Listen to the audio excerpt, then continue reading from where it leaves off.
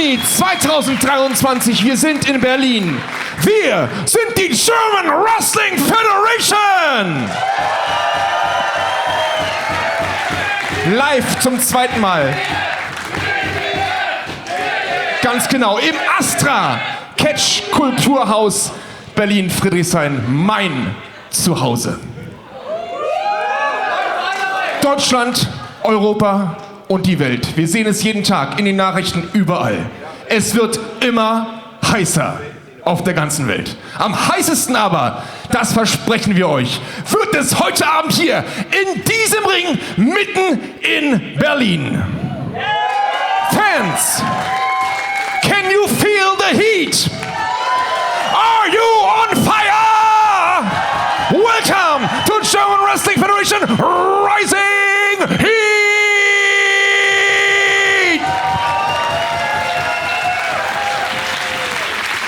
Das erste Match ist angesetzt auf einen Fall. Und es geht um den German Wrestling Federation Berlin Championship. Auf dem Weg zum Ring.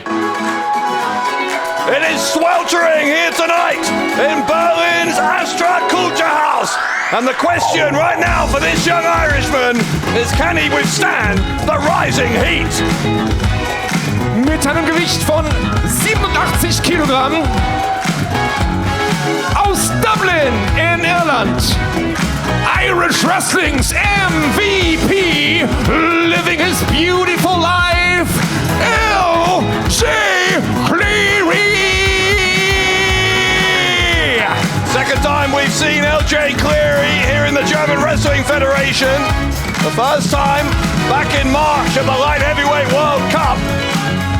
Cleary tonight not with a chance to win a cup, but instead an opportunity to become the Berlin champion. Very charismatic young man, living his beautiful life. That life could become even more beautiful if he can unseat the Adana Bulldozer and win that Berlin title here in the German capital.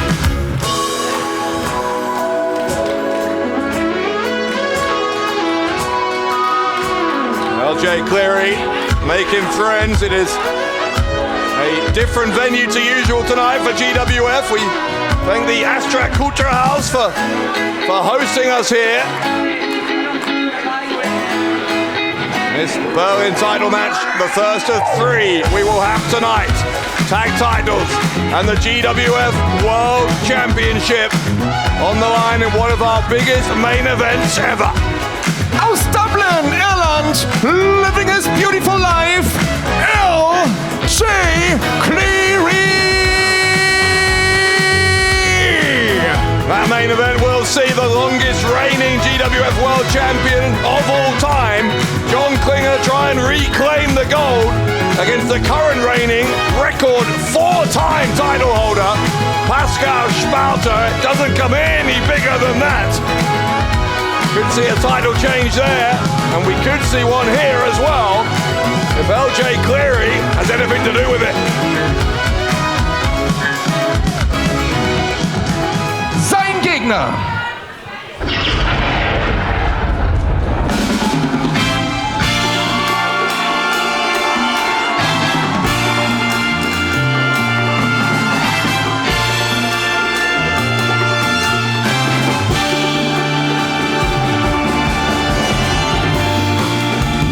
Mit einem Gewicht von 97 Kilogramm aus Adana in der Türkei.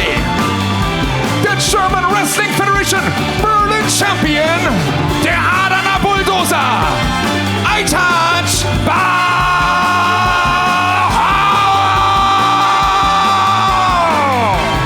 That night back in March when LJ Cleary made his GWF debut also happened to be the biggest night of this young man's career. He won the Light Heavyweight World Cup and in the process became the Berlin champion. Been a fighting champion ever since. As Aytac, will he continue to hold on to the title against one of Ireland's finest here at Rising Heat?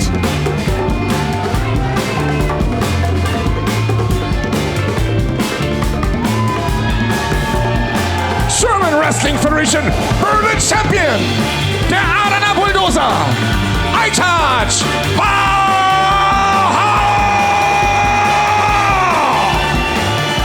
These GWF fans have watched this young man grow up before their very eyes. Spent some time in tag team competition, now breaking out as a singles star. And that night at the Light Heavyweight World Cup will live long in the memory for everyone who saw what it meant to Aytac Bahar. LJ Cleary making his intentions clear. We get ready to begin things here. Dave Bradshaw with your English language commentary tonight.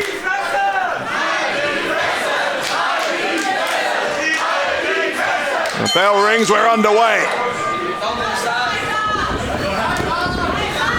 Bahar in the 2 GWF shows since he won that title has defended it. First in a 3-way match against John Klinger and Tim Stübing, then last month against Big Nick.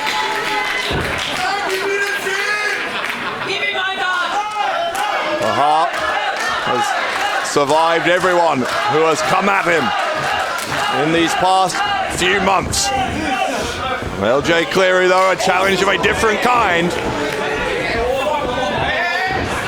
Cleary not endearing himself to Bahar, not endearing himself to the Berlin fans.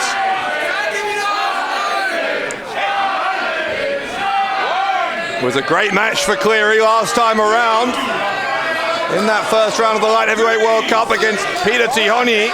Tihanyi ultimately winning the match, but Cleary obviously impressing why he's been invited back here. Great atmosphere tonight, by the way, as there always is on one of these GWF shows. The hottest ticket in Berlin every month, and I think that might have been a closed fist from Cleary.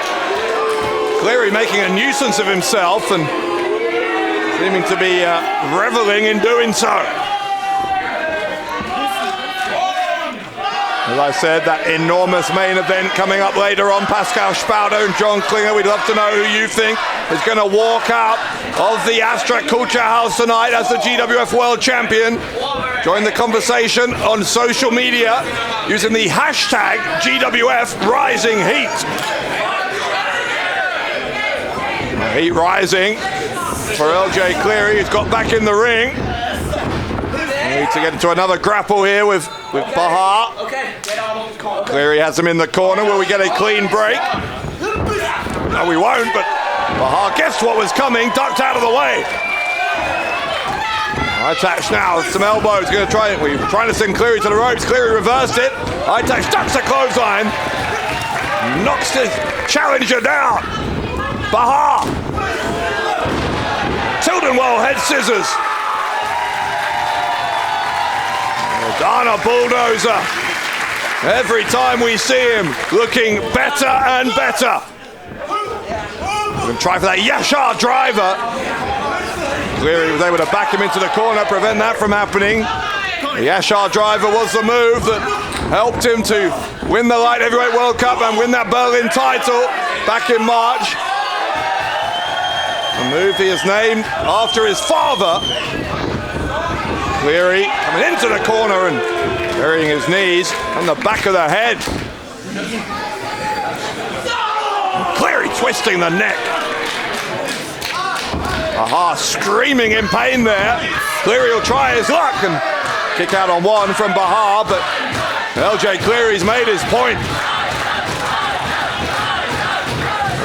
Kind of happy-go-lucky exterior of LJ Cleary belies something a little bit more sinister. He's able to inflict pain, is LJ Cleary, and that's what he's doing here. To the throat there of Aytac, a double foot stomp between the shoulder blades. Cleary hooking the leg, looking to win the Berlin title, and Bahar got the left shoulder up to prevent it from happening, but the challenger very much in the ascendancy here.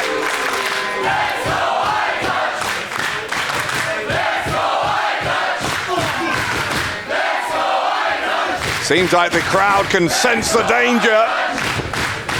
can hear just how loud those Aytac Bahar chants are. Another twist to the neck there. And the referee asking at CLeary's behest whether Bahar is able to continue. It's going to take more than that to get Aytac Bahar to in any way give up the Berlin title. It's the achievement that he is most proud of in his life so far. Great way to start Rising Heat tonight with these two youngsters, two of the finest on the European scene. Bahar blocking the attempts at strikes here from CLeary, firing back with some of his own. And shot to the midsection, up on the shoulders goes Bahar, but escapes, rolls him up. 2 count and a kick out from CLeary. Bahar straight back on him. CLeary, that was smart. Trips up Bahar and drops the knee in the back of the neck.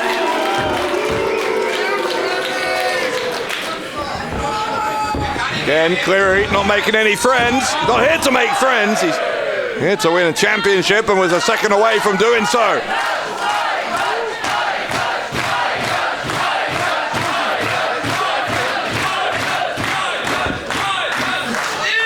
Cravat lock here from LJ CLeary. CLeary again telling the referee to ask Bahar if he wants to give up. I think that's more through hope than anything else, because CLeary will know that Bahar, very, very tough competitor. He's in a lot of pain here. He does have to find a way to get out of this, or never mind giving up, he might pass out. That neck of Bahar in an unnatural position as he fights to his feet. Eventually able to throw CLeary off of him. CLeary though straight back on. Bahar uses his leg strength to push him away. CLeary escaped to the ring apron, got the shoulder thrust in. Tried to come after Bahar, who moved out of the way. There's a tornado DDT from the champion.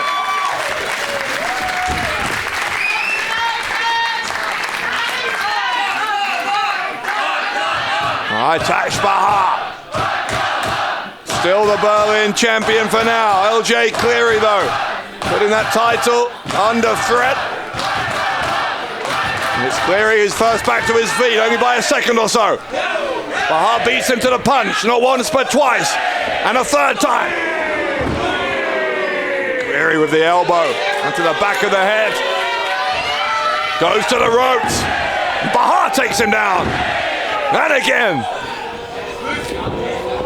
Such explosive aggression from Aytac Bahar. That's been one of the major improvements I think we've seen in this game, as LJ CLeary trying to get the crossbody. It's like jumping into a brick wall.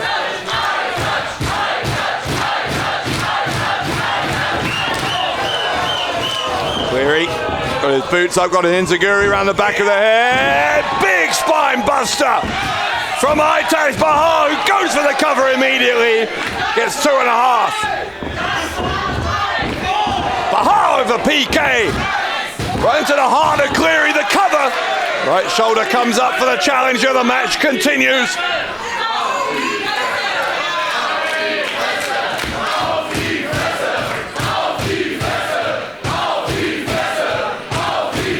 The crowd here making it absolutely electric. Bahar feeling that energy, feeding off it.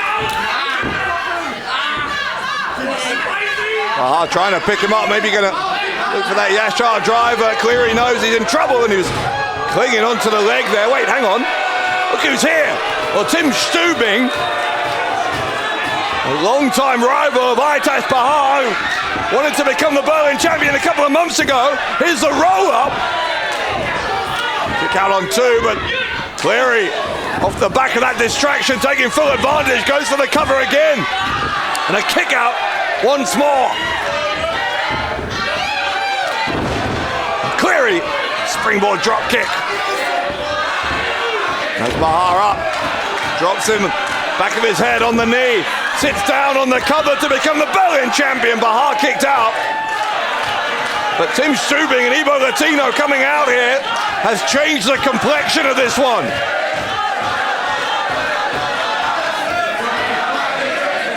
We know that Tim Stübing has wanted to be the Berlin champion for a long time. He was the runner-up to Bahar in the Light Heavyweight World Cup. And in the meantime, last month became a GWF Tag Team Champion alongside Marius Alani. Stübing and Alani going to defend those titles later on against Tihanyi and Callum Newman. There's a clothesline. Clothesline from Bahar, who's getting back into this. Despite the interference, and Stübing's got the leg. The referee saw him. Bahar going to take matters into his own hands here. Drops the arm of Stübing across the top rope. With a victory roll from CLeary. Bahar took his eye off the ball. It's a 2 count. Slap to the face, chop from Bahar. Big elbow. Elbow's being thrown by both men, in fact. Now CLeary, after that shot to the throat, goes to the ropes. Jumps right into a knee from Bahar. Bahar, powerbomb.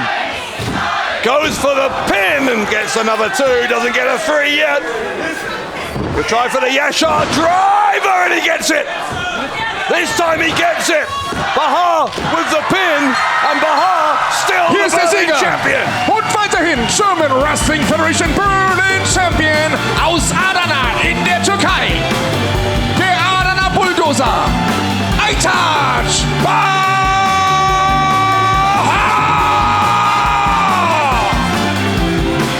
The Adana Bulldozer survives again, despite the best efforts not only of CLeary, but of Tim Stübing and Ivo Latino.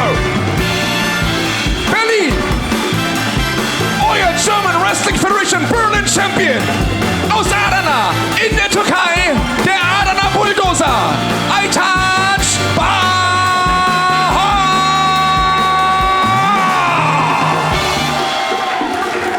I think Tim Stübing still with his eyes very much on that Berlin Championship, and Bahar knows that as well. In fact, I think maybe it's going to address Stübing and Latino.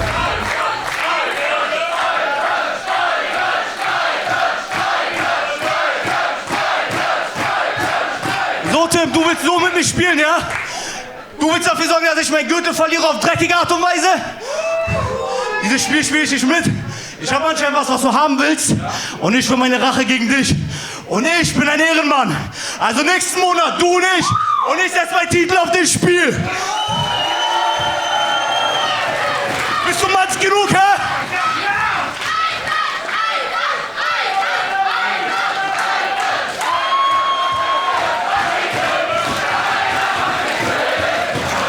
Bis dahin bleibt er aber auf jeden Fall German Wrestling Federation Berlin Champion. Egal was im nächsten Monat passiert, egal wie es ausgeht, egal wie es weitergeht. Aus der Türkei, Aytac Bahar.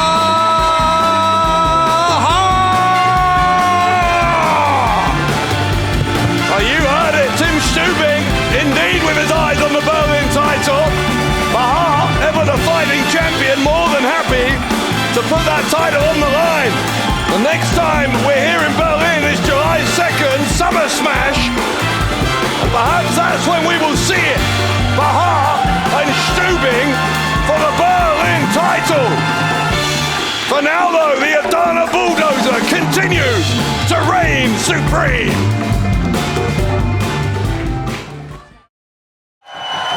Von mir aus kann es genauso weitergehen. Und das wird es auch. Das nächste Match ist ein echter Hammer. Es ist angesetzt auf einen Fall auf dem Weg zum Ring.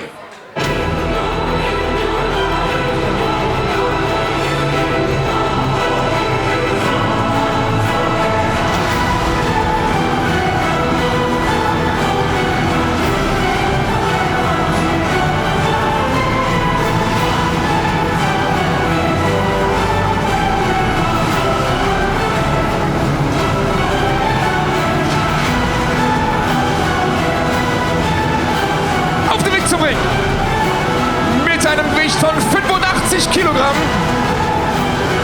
aus Berlin, Meet in German Wrestling Federation, Metehan!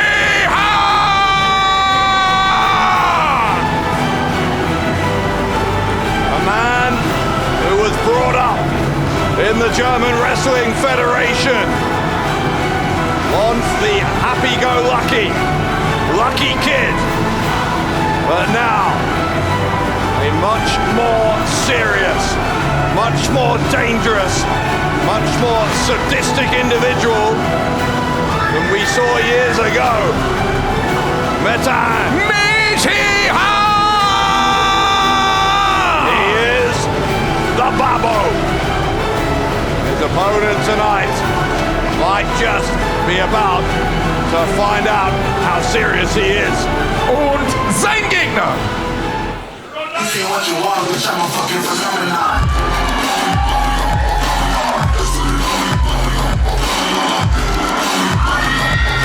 Auf dem Weg zum Ring. Mit einem Gewicht von 110 Kilogramm. Aus Berlin.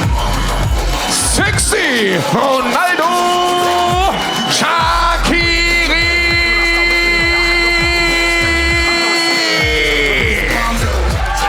Ronaldo Shaqiri might have a smile on his face, but he is still reeling from losing those tag team titles at Mystery Mayhem last month.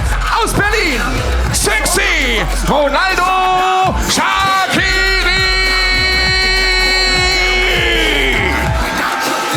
Along with Crazy Mike Chair, part of Team Crazy Sexy, two-time tag team champions, but against that unexpected duo of Tim Stübing and Marius, it was not a good night for Shaqiri and Mike Chair last month. In some ways, you feel as though Shaqiri is at a point in his career that Metehan was a few years ago. Have success as a tag team wrestler, a tag team champion. In fact, both of them have been here in GWF. Metehan has had singles glory as well as Berlin champion. He's had his eyes focused on the big one this year. Very, very nearly became the world champion back in January at Strike First, Strike Hard. Although Spalter won on that night, Metehan otherwise with an unblemished record so far this year. A struggle here though to overpower Ronaldo Shaqiri.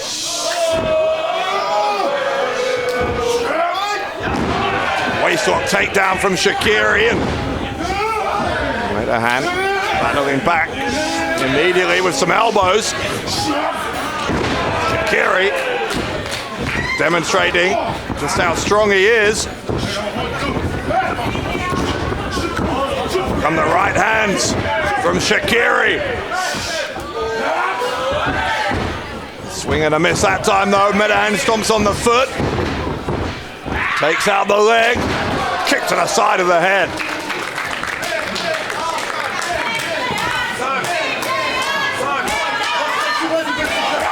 Shaqiri, wow, shoulder block that was. I was going to say, much like Metehan, he's come up through GWF's own academy system. Shaqiri, a moment, looking on top here against the Babo. In fact, he's got on top for the pin. There's a 1 count.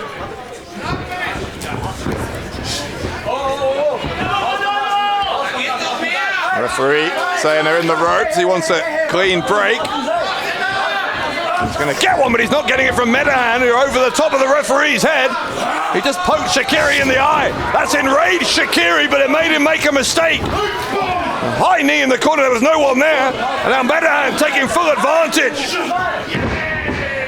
Was sly, cunning from Metehan. Knocked away now, but damage done. Drop toe hold from Metehan.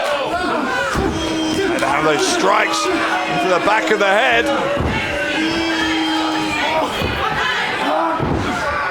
Now looking at that knee that crashed into the turnbuckle. He's trying to slam it down as hard as he can into the mat, and Seems like it's being pretty effective. Shaqiri just screaming in pain there.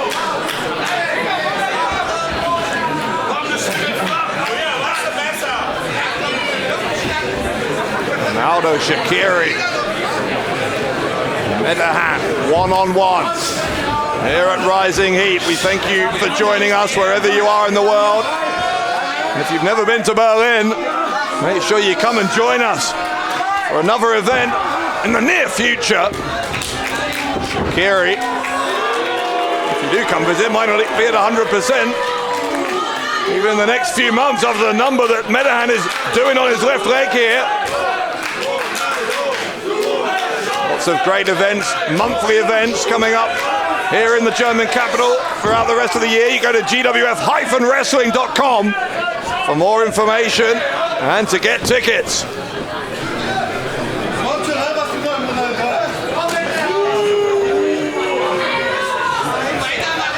Last month at Mystery Mayhem, Metehan had a hell of a one-on-one contest against Callum Newman. Newman back here again tonight, of course. Metehan now focusing his attention on the former two-time tag team champion. Shoves him back into the corner, but Shaqiri comes firing out with a clothesline.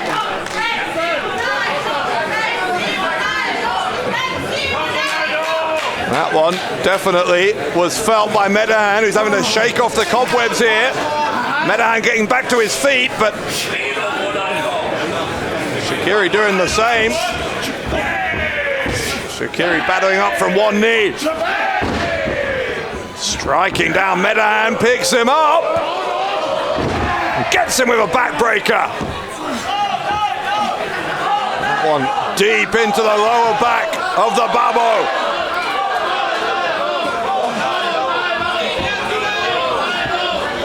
Metehan, chop the knee.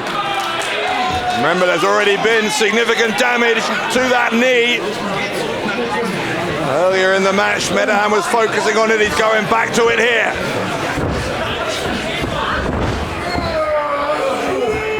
Metehan, big smile on his face before dropping the back of the head of Shaqiri on his knee. He'll go for the pin. Right shoulder rolls up for Shaqiri.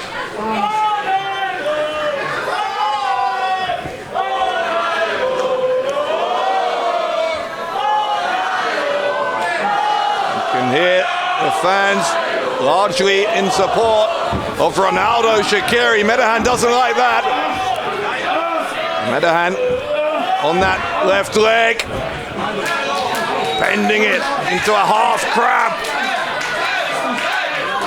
Metehan says he's all about raising money for his family and making a living, but there is a sadistic streak to Metehan, there's no doubt about it. He's trying to force a submission here from Ronaldo Shaqiri, who is edging towards that bottom rope. Great leg strength of Shaqiri saved him again. Elbow. It's going to be a second one from Shaqiri, but he didn't hit it. He hits him now and then tried to kick him. Metehan took the leg away, and again jarring that left knee.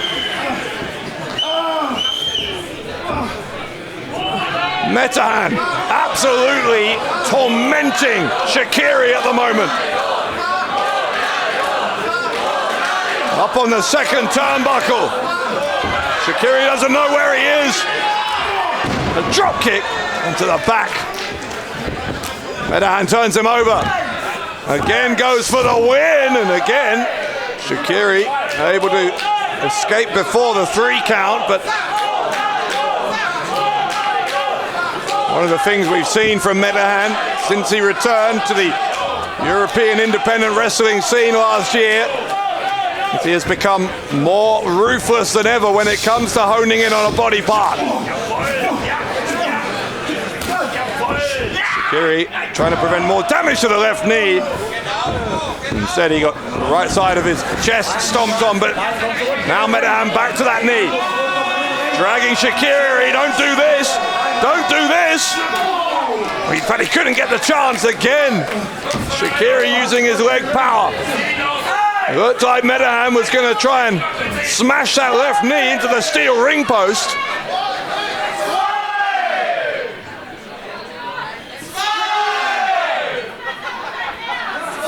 A lot of parallels here between this and what Metehan did to Callum Newman last month on the arm. Metehan rolling back into the ring there before count of 10, got in on the 7. Shaqiri with the elbow, so Metehan unable to defend himself at the moment, or is he? No, he's not. Counter of the whip, but Shaqiri put his head down too early. Metehan will wish he had put his head down at the double clothesline. And a third one in the corner. Shaqiri with a press slam there. Throwing Metehan all over the place. Pop up into a Samoan drop from sexy Ronaldo Shaqiri. Shaqiri crawls over, gets on top for the cover. Didn't have much weight down on that right side, and Metehan able to get that right shoulder up.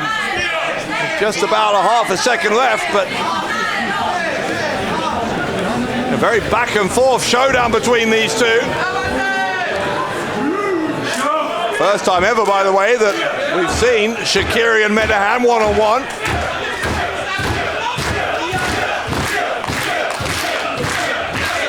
Who's going to start this rivalry? If it is going to be an ongoing rivalry, they'll want to know record. Shaqiri was attempting to make it him there, but Metehan deciding to take a little time out, get out of dodge.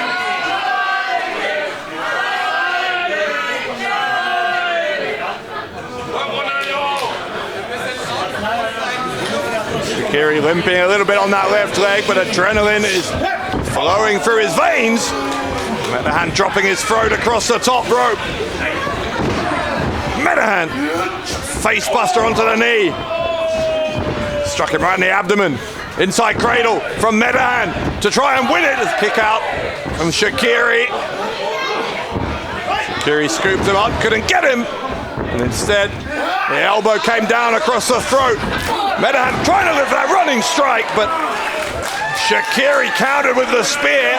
I think he landed hard on his knee.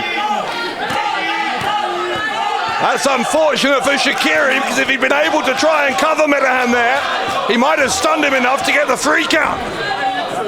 Now he'll try for the pin. Has he taken too long? Yes, he has. The fact that he still almost got a 3 count, even a few seconds later, really confirms, I think, if he'd gone for the pin, or if he'd been able to go for the pin straight after the spear, this one might be over now.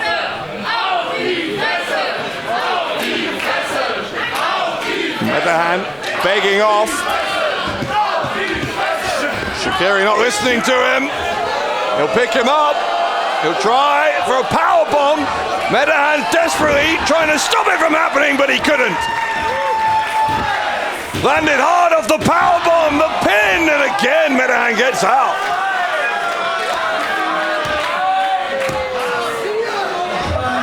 The Babo, so hard to beat. Even when you think you've got him down, he still has the capacity to surprise. I would have bet money that powerbomb was enough for Ronaldo Shaqiri, and it would have been against most opponents, but not against Metehan.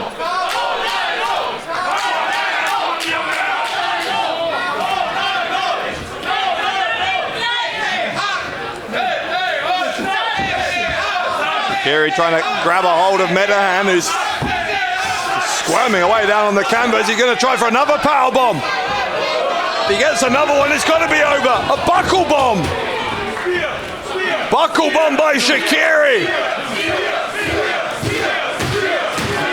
Metehan up to his feet. Will we see another spear? Oh no, we won't, because Metehan moved out of the way, sent Shaqiri shoulder first, then took out that bad knee. Here comes Metehan, the strike to the side of the head. Devastating from the Babo, and it gives him the win. Und hier ist der Sieger. Aus Berlin. Metehan.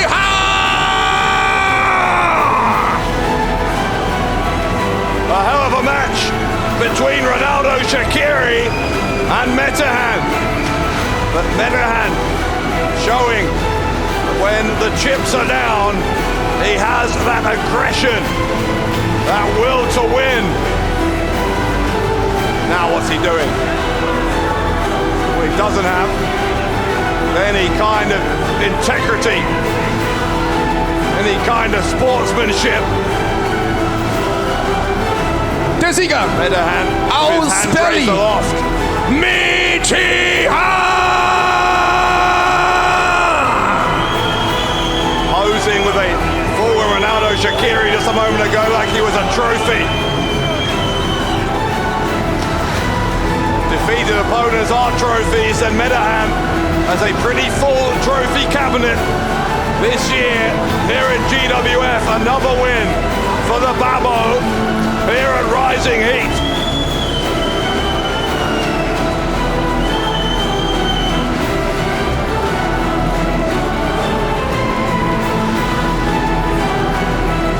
Metehan staring down at the man he just defeated. There may be many more he'll defeat in the months to come. Metehan looking borderline unstoppable right now in the German Wrestling Federation.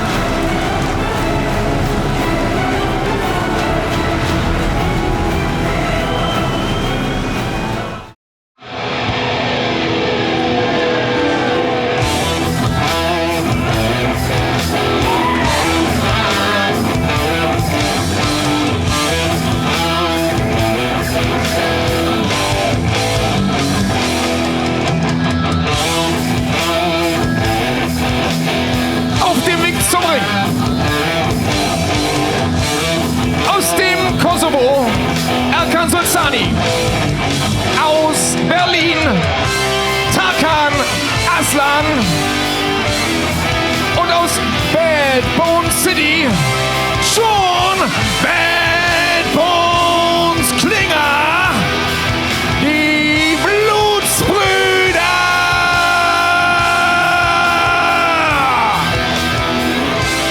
They are fresh off celebrating their 4-year anniversary as a group that has dominated the GWF, and it could be a hell of a celebration tonight if that man John Klinger can become once again the GWF World Champion in our main event later. But let's face it, there's been a little bit of trouble in paradise in the past few weeks. We've seen in a video released on social media footage of an argument between Erkan Sultani and Tarkan Aslan back in the locker room area. A couple of alpha males butting heads.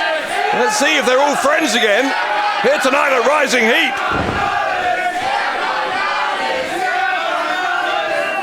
Berlin, merkt euch den 4.6.2023 als den Tag, an dem John Bad Bones Klinger als neuer GWF World Champion nach Hause geht.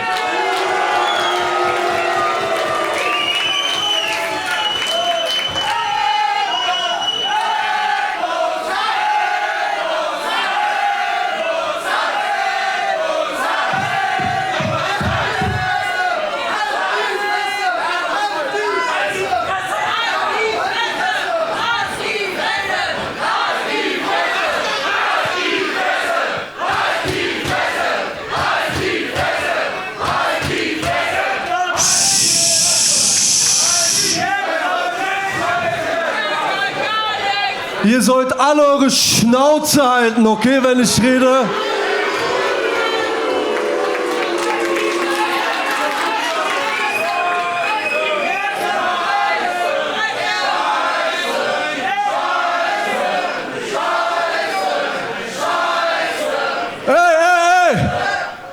Die Scheiße sind, seid ihr, okay? Wir sind die Blutsbrüder, wir sind die Besten. Ihr da hinten haltet am meisten eure Schnauzen, Alter. Ja, und ihr wisst Bescheid, er kann alles. Meine Freunde, Ey, das ist ein bisschen respektlos.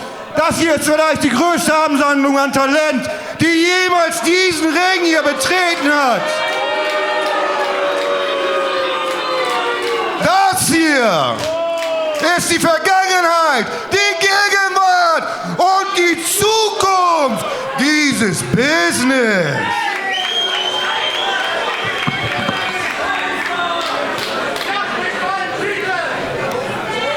Tarkan, was redest du eigentlich? Was zur Hölle redest du, Mann?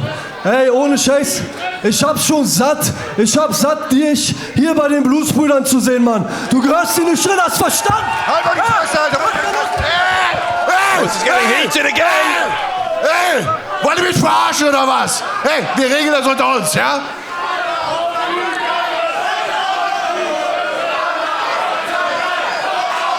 Tarkan. Du weißt, wie man solche Sachen regelt. Und du, Tarkan, solltest wissen, wo dein verdammter Platz ist. Verstehst du? Du willst ein Match heute Abend, ja? Du willst mit mir kämpfen, ja? Ja, bitteschön. Hier ist dein Gegner. Hey! Aber seid euch sicher, der Verlierer verliert. Der Verlierer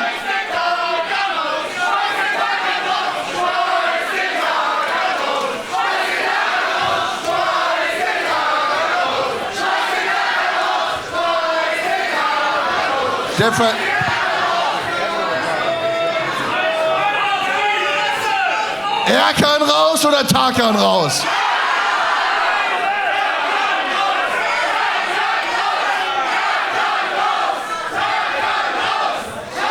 Okay. Hey, seid euch sicher, der Verlierer fliegt aus den Blutsbrüdern. Whoa! Also, Olaf, komm hier rein, holt mir einen Referee, ihr habt euer Match jetzt sofort. Oh my God, that escalated quickly. Wow! Ist es offiziell? Okay. Einverstanden. Das Match ist angesetzt auf einen Fall.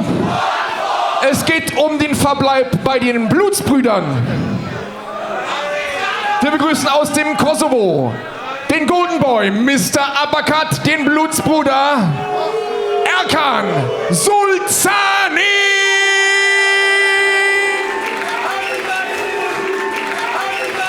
Sein Gegner aus Berlin, ebenfalls noch Blutsbruder, Tarkan Aslan!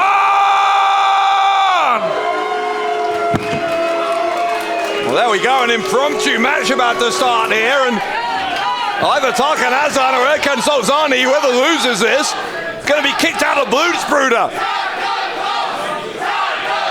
I'll tell you what, John Bad Bones Klinger can be utterly ruthless when he wants to be in terms of the membership of this group.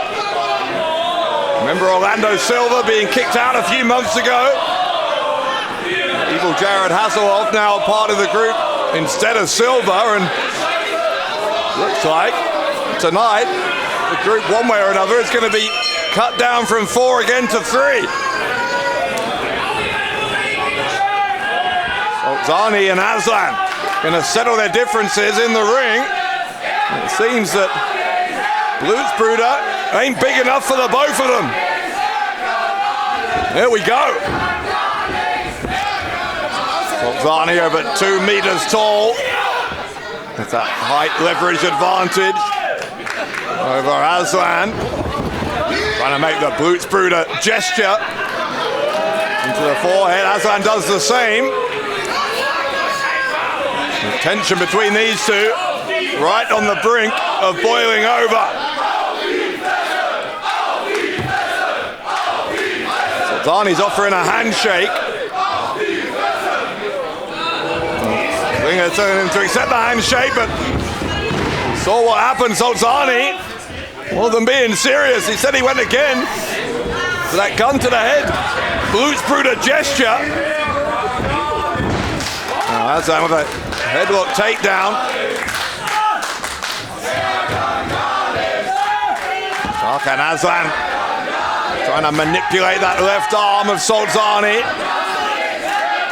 Solzani in the ropes and Aslan has to break it. Tarkan Aslan, the Lion King, a triple crown winner here in GWF. He's been a world champion, Berlin champion, tag team champion as well. The same is true of Solzani in all those cases, except the world title. And that's something that I know continues to bother Solzani, and maybe that, in some ways, contributes to the tension between these two.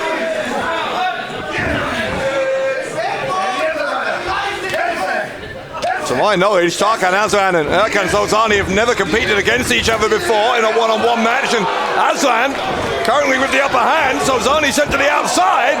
The uppercut from Mr. Uppercut neutralizes the threat from the Lion King.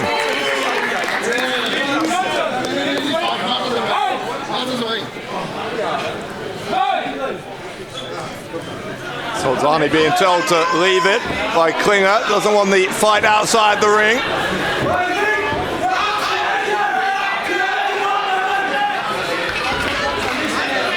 Klinger watching on here as Solzani sends Aslan into the corner. Another uppercut. The Golden Boy turning things to his advantage at the moment. That uppercut looked absolutely brutal.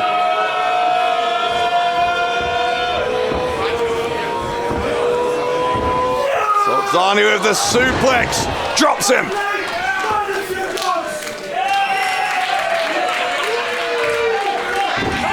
Solzani apparently thinks that Tarkan Aslan is about to be thrown out of the group. Erkan Solzani with no intentions of going anywhere. Been an attempt a second ago, not enough though to put Aslan away. Solzani choking him. Not a no disqualification match as far as we're aware. This is a regular match, regular rules. And that would be a deeply unfortunate way to get kicked out of Blutsbrüder if you lost by disqualification. But Aslan and Solzani continuing to do battle here, right in the middle of the ring. Kick from Aslan and an elbow. And another.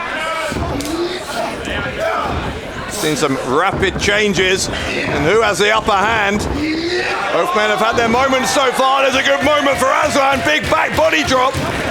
Solzani rolls to the outside. Aslan not going to give him any time to recuperate as he dives between the ropes and takes him out head first. Aslan, the veteran, knew to get Solzani back in the ring as quickly as he possibly could. Solzani came charging in. Aslan stamps down on Solzani's chest. Erkan Solzani, the only two-time winner of the Battlefield match. 30-man over the top rope rumble that we see every year. Looking for the cutter there was Tarkan Aslan. There's a pump handle slam, no. Aslan out the back. Uppercut from Solzani, and another. Aslan now into the corner. Gets the elbow up as Solzani tried to follow him in. Second turnbuckle for the Lion King. Crossbody, he gets caught by the powerful Solzani, who has him up on his shoulders and drops him. The pin from Solzani. And Tarkan Aslan keeps himself in Blutsbrüder by less than half a second. And there is the pump handle slam. This time he gets it. Is that enough to send Aslan packing? No.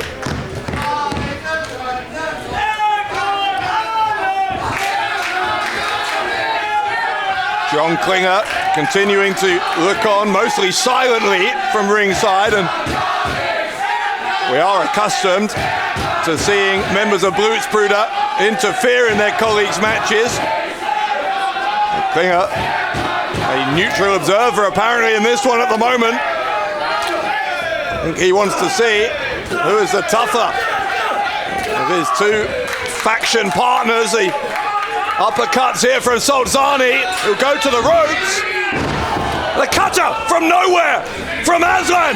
Solzani's going to be out of Blutsbrüder. He's going to be out. No, he's not. Can Solzani kicked out of that cutter from Tarkan Aslan.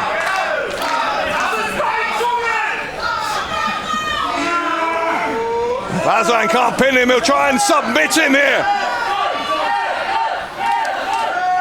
Klinger looking on intently. So which of these two men does Blutsbrüder mean more? Solzani with all of the body weight of Aslan on his back, still trying to get to his feet and does so. Aslan's trying to put him to sleep in that sleeper hold. Solzani has him backed up onto the top turnbuckle. His elbows run to the side of the jaw.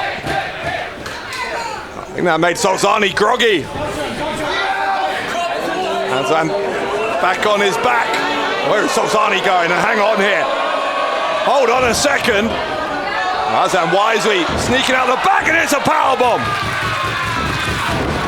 And the knee.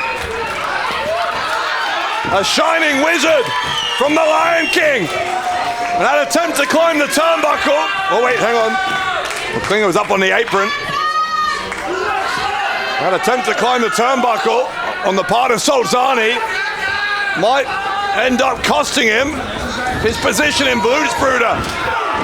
The super kick from Solzani. Where did that come from? He hooks both the legs and a kick out from Aslan.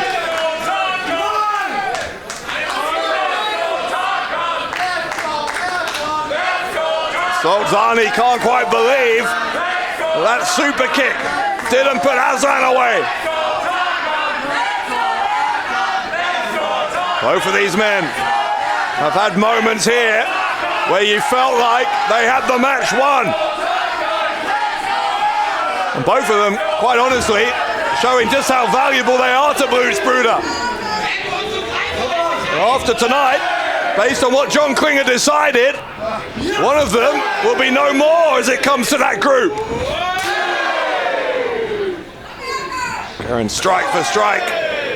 Solzani so effective with those uppercuts.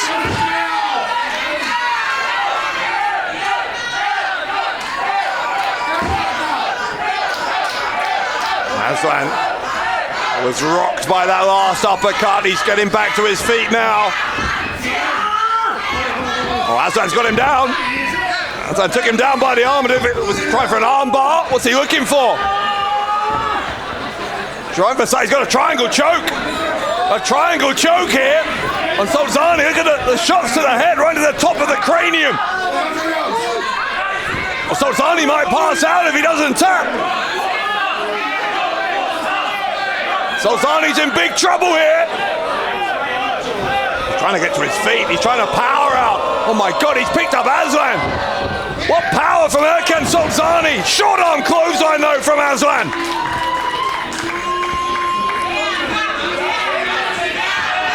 If Aslan can make the cover, Solzani's going to be out of Blutsbrüder. He's picking him up. Going to dish out some more punishment here. Or is he? Aslan tucking a clothesline from Solzani. Leaps with a clothesline of his own. Takes the big man down. It's about to be all over for the Golden Boy. Death Valley driver from Aslan. Now Klinger's up on the apron again. Klinger hugging Aslan. And Klinger seems to think this is over. Wait, well, hang on. Klinger is gesturing to Solzani. Sort of nodding at Solzani. It's a super kick from Solzani. I think Klinger was in on that. Klinger seemed to endorse it. And Tarkan Aslan's out of Blutsbrüder. Und damit offiziell weiterhin Teil der Blutsbrüder aus dem Kosovo. Erkan Solzani.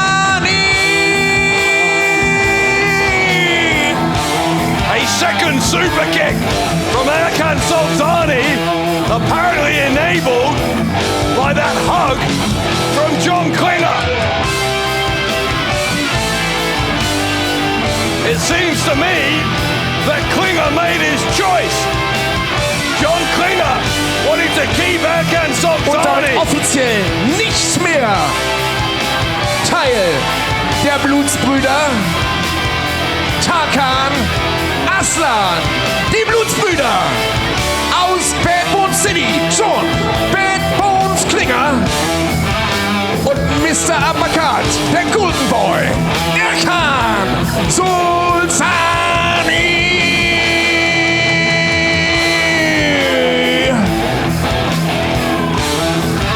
Tarkan Aslan kicked to the curb by Blutsbrüder. Klinger and Sultani walking out of rising heat. Klinger with a main event to prepare for, of course. And Tarkan Aslan, where does he go from here? Seit heute kein Teil der Blutsbrüder mehr. Aus Berlin, Tarkan Aslan.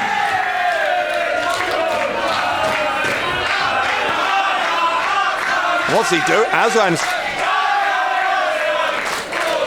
taking his boots off.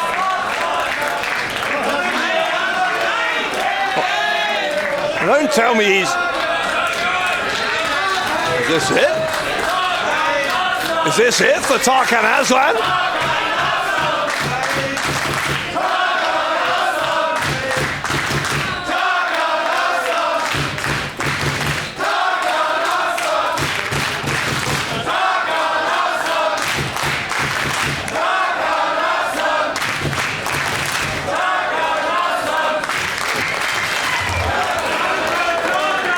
Berlin, Tarkan Aslan.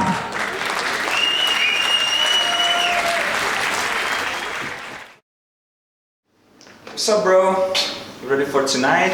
Tag team title match, new champions together.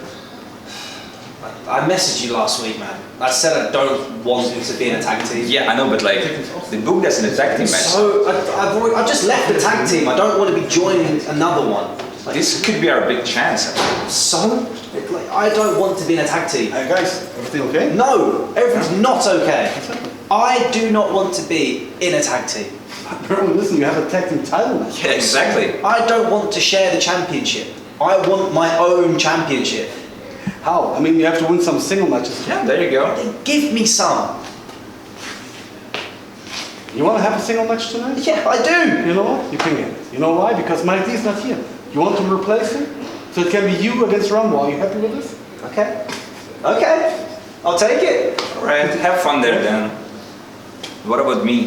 Well, is the tag title chance or what's gonna happen?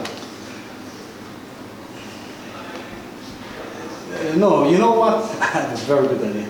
Yeah. I have an awesome tag team partner for you. Trust me. Alright, trust you. You will like it. I hope.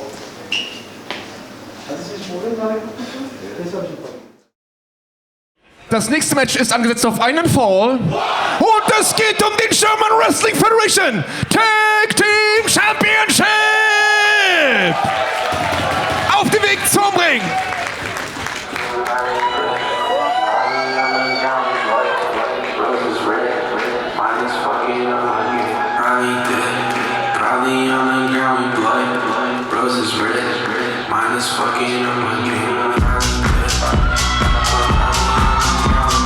Auf dem Weg zum Ring mit einem Gewicht von 85 Kilogramm aus Budapest in Ungarn, Peter Tihanyi. So an impromptu change in our card tonight then as Callum Newman, not wanting to participate in this tag team title match, preferring to have a singles contest. He's going to face Rambo immediately after this match. But that begs the question, who is this mystery partner for Peter Tihanyi who's going to help him challenge for the tag team championships?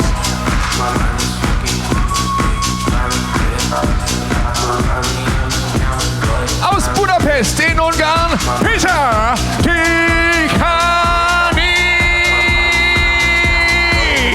I don't think Tihanyi knows either. Oh, hold on. Well, now he knows. Oh my God, this is going to be a hell of a team. What a team this will be.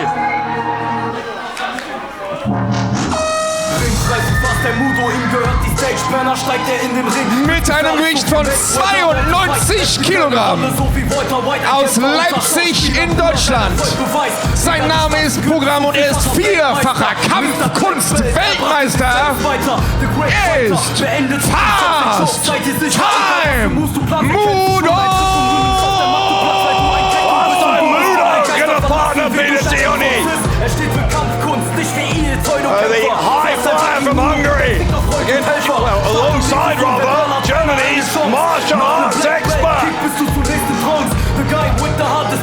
Tihanyi and Mudo as a team. I like this.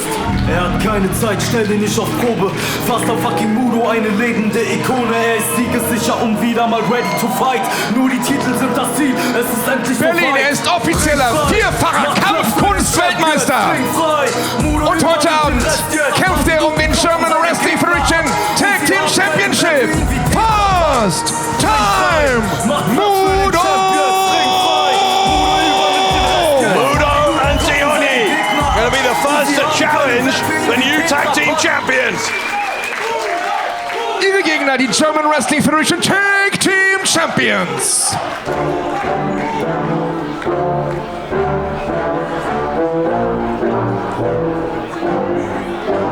Yeah, I just wanna be the greatest. Everybody knows my name, shit. I'ma have this whole fucking game list, spitting with the same wit, and I'm gonna be famous. Ain't nobody able to delay this. Coming up, I had a vision to make it. Never wanted Mit einem Gewicht von 90 Kilogramm aus Erfurt in Deutschland.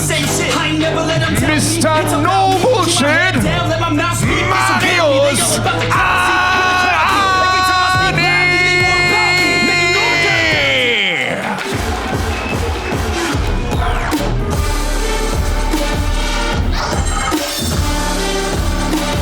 Sein Tag-Team-Partner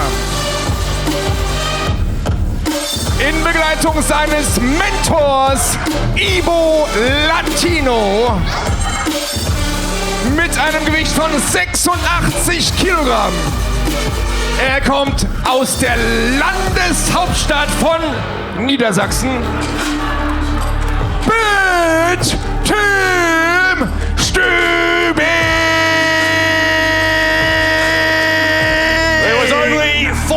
Ago that Tim Stübing and Marius were thrown together in a twist of fate thanks to those mystery mayhem envelopes. They surprised the world by becoming tag team champions. This will be only the second time they have ever competed together as a tandem. Could it be one and out for the new champions? Die German Wrestling Federation Tag Team Champions, Mr. No Bullshit, Marius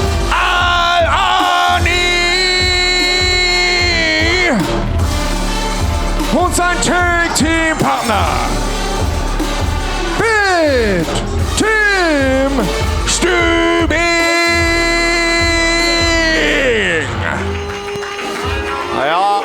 In many ways a strange combination, Tim Stübing and Marius Alani.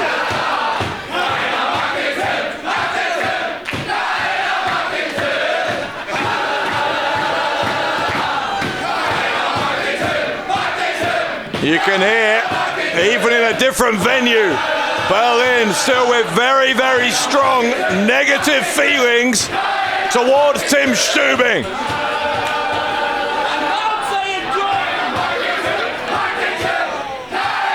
Arnie, I think part of him must be wondering what he's walked into, teaming with this man who is so despised by the fans. As I said just 4 weeks ago, these two competed for the first time, beating Team Crazy Sexy.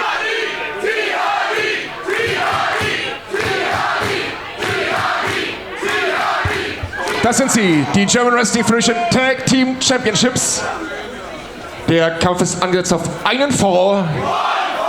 Die Champions Bad Tim Stübing und Marius Al-Ani mit Ibo Latino in ihrer Ecke gegen die Herausforderer Peter Tihanyi und Fast Time Mudo. We're ready to go here. Tihanyi starting things out for his team. I guess one advantage, not advantage necessarily, but at least a leveling of the playing field for these inexperienced tag team champions is that their opponents are equally inexperienced as a team. In fact, even less experienced. Mudo and Tihanyi, I don't think have ever teamed together. Whereas at least Al-Ani and Stübing have once. Al-Ani, such a great athlete, great fighter. Tihanyi, though, continuing to turn heads on the global wrestling scene as his talent starting to take him to heights beyond which maybe he'd even ever imagined. Arnie getting those shoulders down briefly. I wonder, given that they are the tag team champions, whether Al-Ani was a little bit irritated earlier maybe to see Tim Stübing with his eyes on that Berlin title of Aytac Bahar. We know that Stübing has had a challenge accepted to face Bahar one-on-one for that Berlin title. We haven't had confirmation of when that'll be, but we know that Summer Smash coming up back at Festsaal Kreuzberg here in Berlin on July 2nd, but if Stübing has some of his attention on a different title, Al-Ani might be well within his rights to ask whether Stübing's full focus is on the tag division. Here's an arm drag from Tihanyi, and another. Tihanyi with a drop kick.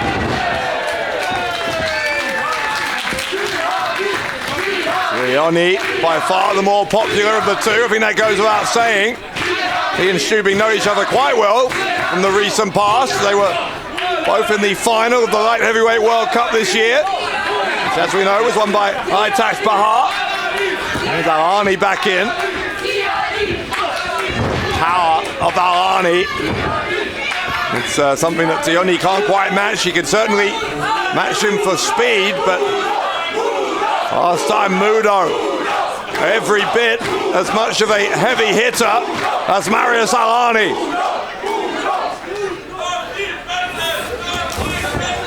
We've seen it many times. The kicks of Fast Time Mudo can be absolutely devastating.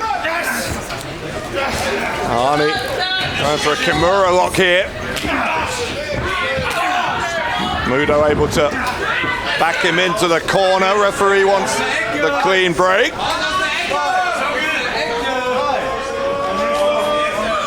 Al-Ani just shoves him away. A monkey flip, but Al-Ani, great agility from Al-Ani to land on his feet there. Off the ropes, the arm drag on Mudo. Al-Ani took his eyes off Mudo. He was taunting Tihanyi and he's going to pay. That was a little bit uncharacteristic from Al-Ani. Al-Ani getting moved out of the way. Stübing tagged himself in. I guess to his credit, saved his partner there. He's going to go for the pin on Mudo, gets a 1 count.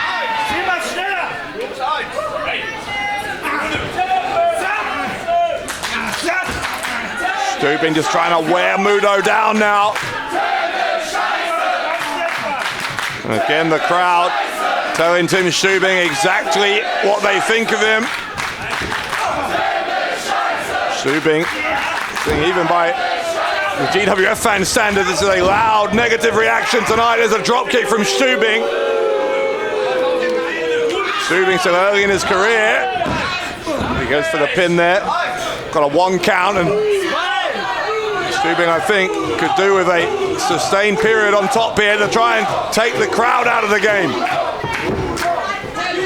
At the moment, the fan support is like having a third person on the team for the challenges. Al-Ani's tagged back in here.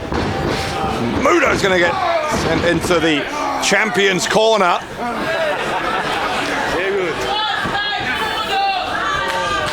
The snap suplex from Alani.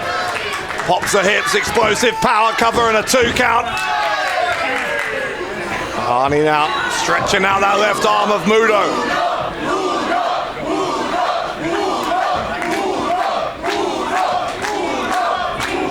Mudo, some shots to the body of Alani, but Alani's keeping hold of that left arm.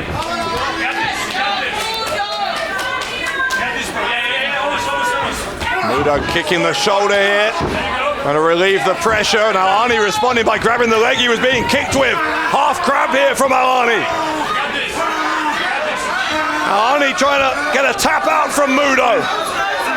Mudo got off his front. Did well to do that. Alani comes back though with an elbow.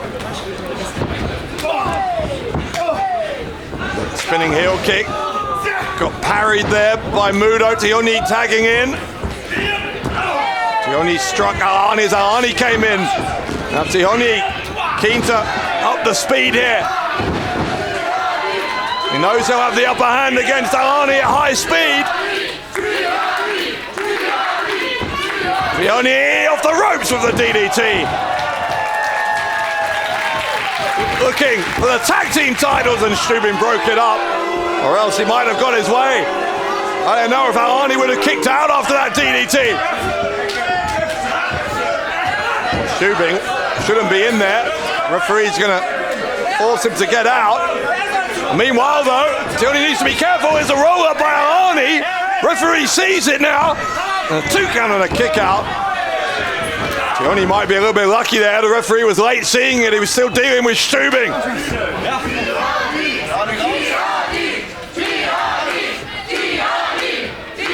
Jawbreaker on Alani, but Stübing's the legal man for the tag team champions. Tihanyi drop kick. Stübing to the outside. And that is exactly the kind of position that Tihanyi likes an opponent to be. Tihanyi was going to go up, but he got caught into a spine buster. Again, Stübing's the legal one. He goes for the pin. Kick out from Tihanyi. Seemed like there was a brief second or two of confusion there between Stübing and Alani about which of them was the legal man. And again, it's a game of fine margins. Maybe that was the time difference that helped Tihanyi survive. As he gets pinned again there off that uppercut. Here comes Stübing. Stübing with the elbow into the face. He'll try again for the pin. He's got 2, doesn't have 3.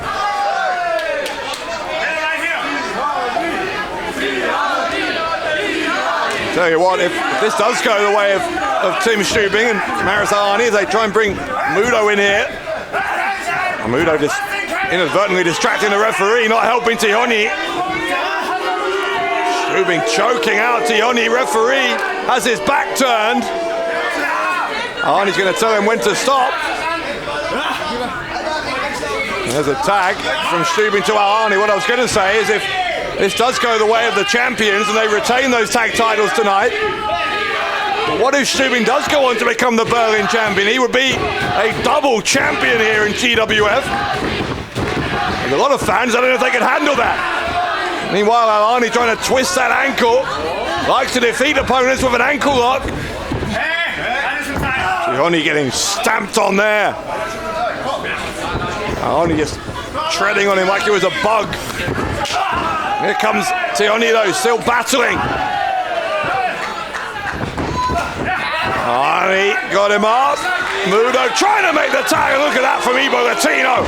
The spine buster from Alani. The pin to retain the titles, and Tihanyi kicked out. Ibo Latino interjecting himself. Taking fast time Mudo off the apron, prevented Tihanyi making the pin. Point of the elbow there into the head from Alani. Ibo Latino very, very close to costing Tihanyi and Mudo their chance at the tag team titles.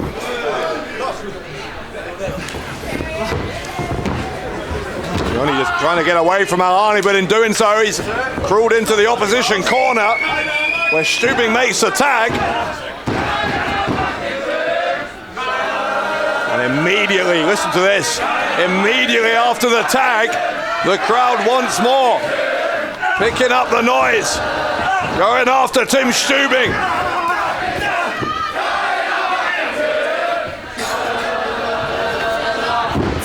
It's a suplex from Stübing. Stübing floating over into the pin for 2. Tihanyi kicking out, but Mudo very, very eager, almost too eager to get in there. He kind of jumped the gun. You can understand why though. Tihanyi has taken an enormous amount of punishment. There's been frequent tags between the champions.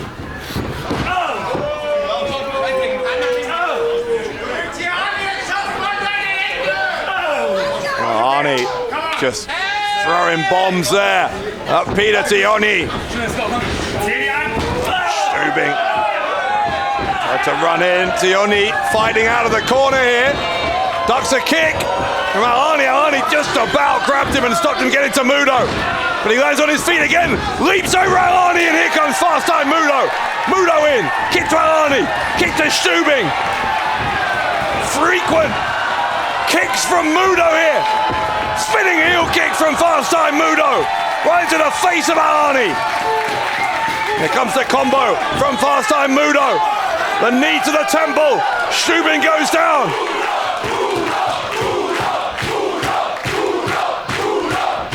Mudo spinning heel kick in the corner. Arnie had nowhere to go. He's going to have nowhere to go here as well. Mudo kicking Stübing as Stübing came running in. The butterfly suplex will send Stübing into his own partner. Tag team champions in trouble. Fast time Mudo scaling the turnbuckles. Mudo looking to go coast to coast on the tag team champions. The pin on Stübing to win the titles, and Stübing still kicked out. Even after the coast to coast, Stübing didn't stay down for the 3 count.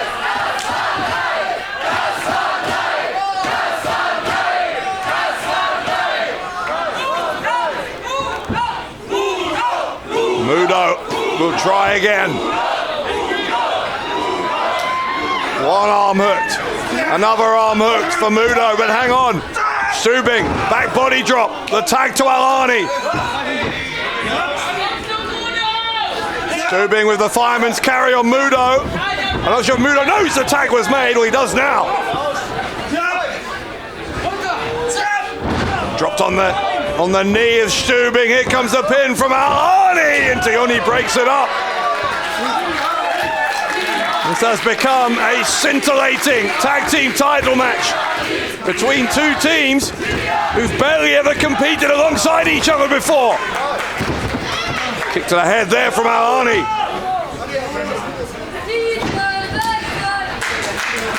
Arnie with Mudo in position. Let's get him up for maybe for a brain buster. He didn't get it instead. Mudo, a kick to the side of the head of Arnie. Mudo trying to lure him in and does. Stübing didn't see Tihanyi coming from up above. And now with Latino getting involved again. Evo Latino up on the apron. Mudo swung at him there. Now Latino got the leg of Mudo. Come on now. And Mudo stamping on his hand. Oh God, what a kick. What a kick from Mudo. Latino got what he deserved. Arnie though. Arnie has him. Brainbuster from Arnie. Tihanyi looking for the sliced bread and gets it. Arnie, the back of his head bouncing off the canvas. Here comes the cutter out of the corner. Stübing with the cutter. Tihanyi rolling out of the ring. Arnie will pin Mudo to retain the titles, and Mudo kicking out. Mudo surviving.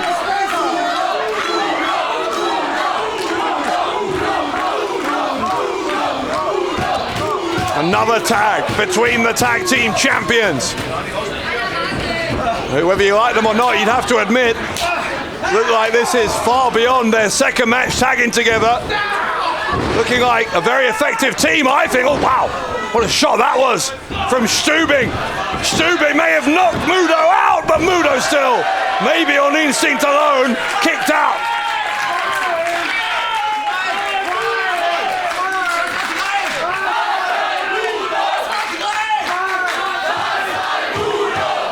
Referee explaining to a disbelieving Tim Stübing that it was only a 2 count.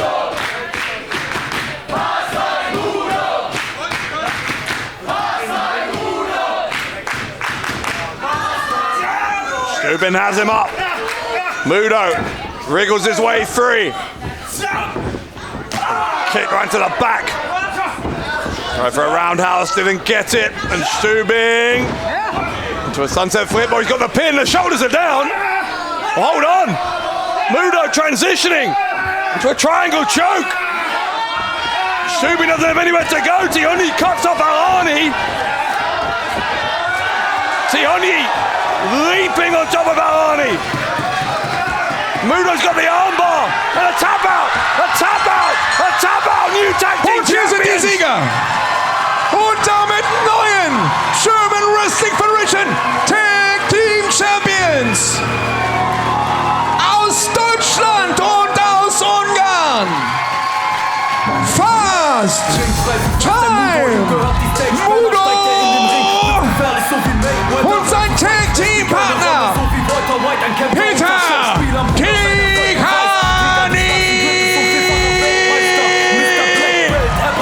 They look at 50% joy, 50% disbelief for Peter Tihanyi and fast time Mudo put together at the last minute and making history at Rising Heat. Berlin, Ihre, eure, unsere neuen German Wrestling Federation Tag Team Champions aus Budapest in Ungarn, Peter Tihanyi.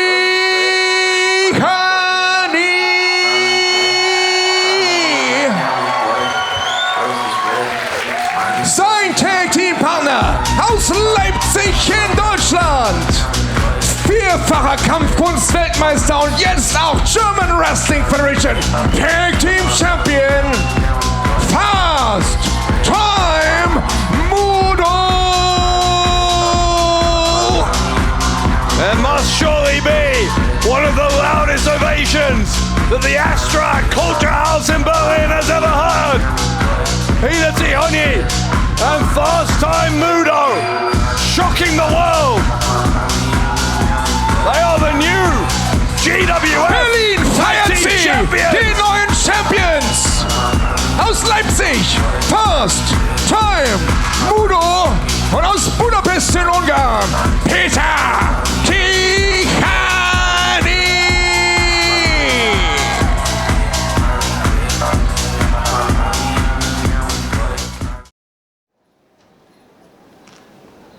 Aytac, Ali und ich, wir haben dich lang genug allein gelassen. Aber jetzt wird es Zeit, die starken Männer zusammenzubringen. Wir wollen die größte und stärkste Gruppierung in der Wrestling-Geschichte zusammenbringen. Und dafür brauchen wir viele Leute. Mal ehrlich, die GWF hat ihre Werte und Traditionen verloren. Sie ist schwach geworden. Jeder macht, was er will. Keiner hat mehr Respekt. Und ganz ehrlich, komm schon. Nicht jeder Fan hat es verdient, bei unseren Shows dabei zu sein. Wenn wir an der Macht wären, könnten wir das umsetzen. Und dafür brauchen wir viele Leute.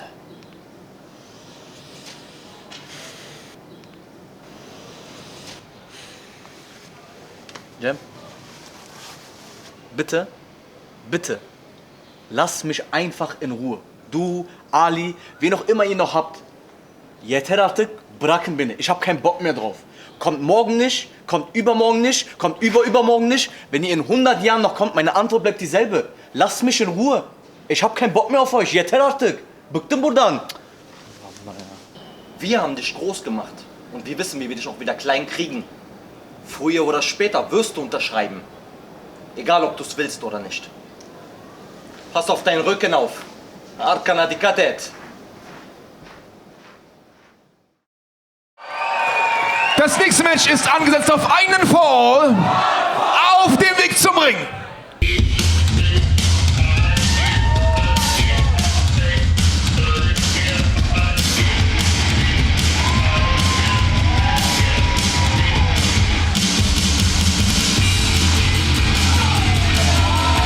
Mit einem Gewicht von 89 Kilogramm aus Essex, England, United Kingdom, the Prince of Pace, Callum Newman!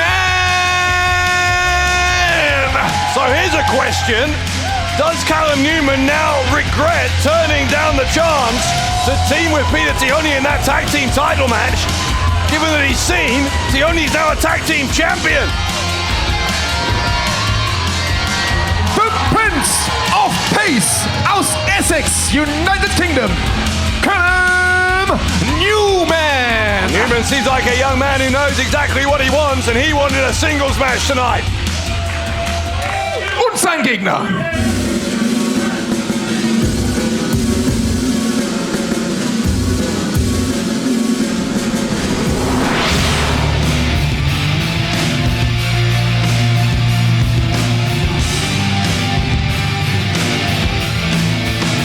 Mit einem Gewicht von 92 Kilogramm.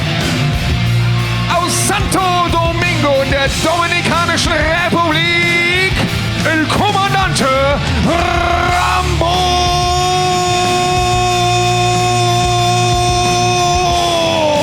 Rambo, the leader of the Black Guerrilla Army. He hasn't come alone, he's got a baseball bat with him. Von der Black Guerrilla Army aus der Dominikanischen Republik, El Comandante Rambo! Callum Newman stepping in to face Rambo here.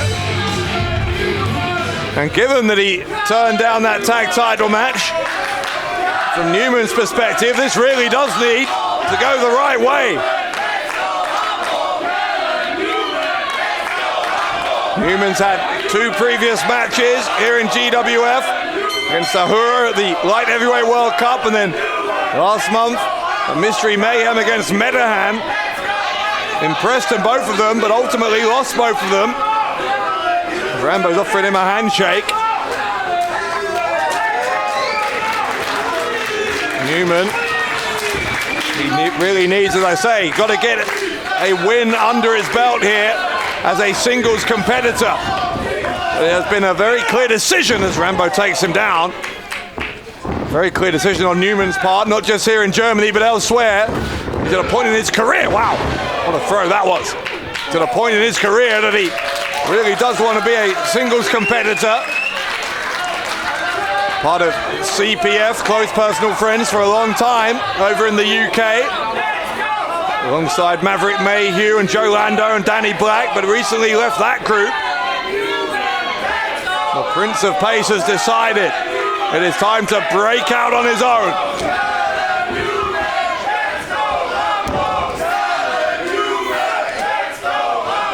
Rambo and Newman, the split crowd here.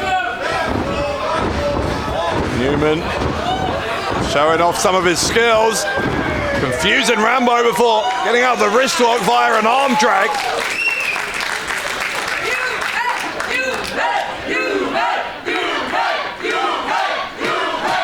A very short period of time, just 2 prior matches, as I said. GWF fans have taken to Callum Newman. So fast, Newman. It's sometimes like watching a match in fast forward. Rambo's first job here really is to try and slow Newman down. And that might help. Rambo on top of him. Newman kicked out quickly. If Rambo can physically dominate Newman here, try and wear him out, slow him down by 10 or 20%, it would really change the kind of opponent that Callum Newman is. That speed of Newman, his best friend, and Rambo, a veteran who's competed all over the world, knows that Newman must be grounded. Side headlock is an attempt to do just that, but Newman wanting to take it to the ropes, and does. Shoulder block row from Rambo, taking Newman down.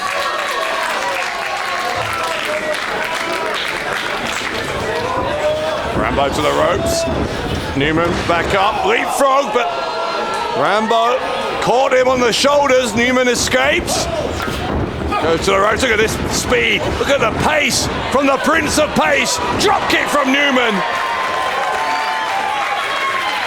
I don't know if there is anyone in the wrestling world today who runs the ropes as fast as Callum Newman.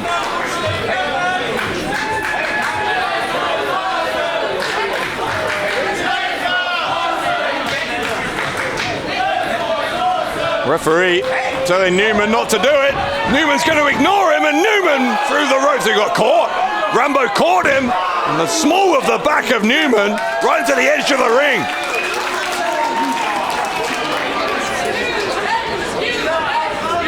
It didn't just take great power, that took great timing from Rambo to catch Newman in midair. A testament to the skill of the man who leads the Black Guerrilla Army. Rambo not giving Newman any time to recuperate either, continuing the punishment on the outside of the ring.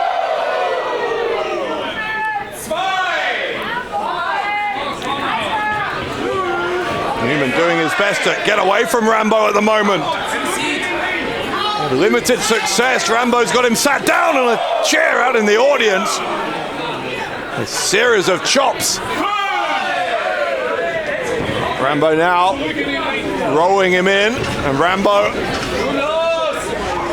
gonna try once more to wear Newman down. It is a methodical approach here.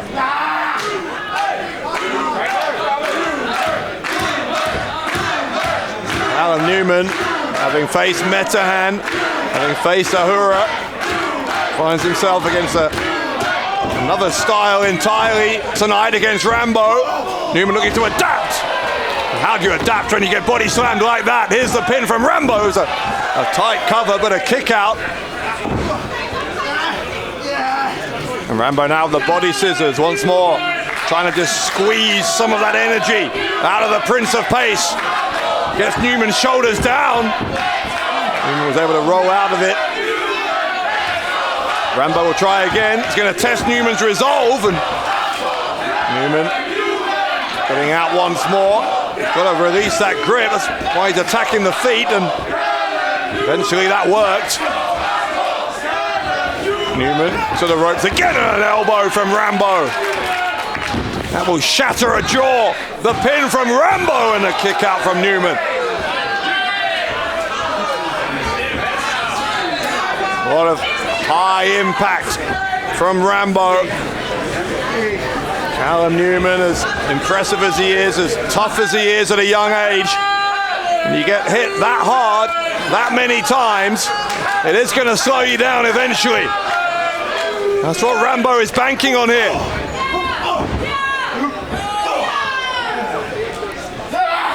Newman gets thrown to the ropes by Rambo, up on the shoulders, and then dumped unceremoniously down onto the canvas.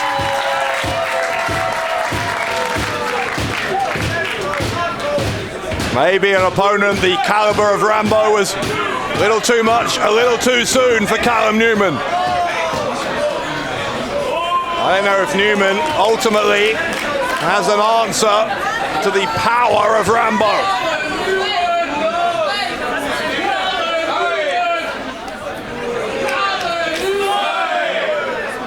Referee is counting Newman out after he was tossed to the outside by Rambo. Down on that hard floor. And we're already halfway through the 10 count. Newman only just stirring. Can he answer the count of 10? I don't know if he can get there. Newman does get in just in time. Rambo, it's a brainbuster there. Tries for the pin. Does he get it? No, not quite. Not quite. The fact, though, that Callum Newman struggled to beat the count of 10, I think tells you all you need to know about his current physical condition. Rambo has put him through the ringer here. And Rambo might be looking to end it. Are we about to see the package pile driver? And Newman is down on a knee. Slap from Rambo. Newman could barely hold himself up, but well, hang on, another little burst of energy there, but immediately got neutralized by the slap. Newman's in real trouble, real trouble. Here comes the package pile driver. Newman escapes, lands on his feet. Where is Newman getting this from? Newman to the ropes, catches the leg, takes out the leg of Rambo, and kicks him around the side of the head. Newman runs in, boot to the face of Rambo. Right hands now from Callum Newman.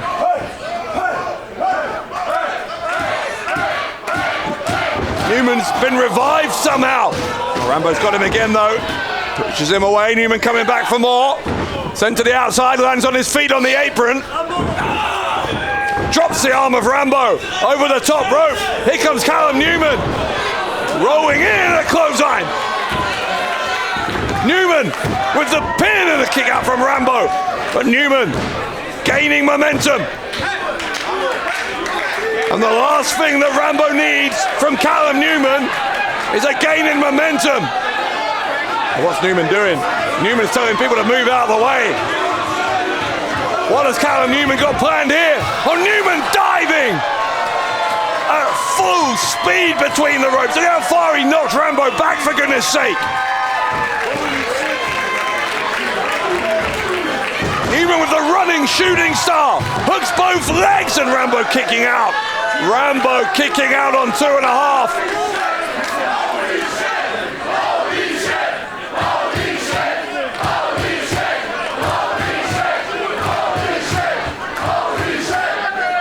Every time Callum Newman comes to Germany, the fans are left picking up their jaws from the floor. It defies the law of physics what this young man can do. Is he about to get his first win here? Well, maybe not. Rambo again using that strength. Here comes Newman. Newman off the ropes. Newman, what a kick that was from Newman. Oh, but a lariat on the rebound. Rambo lands on top of him and Newman got out on 2.9.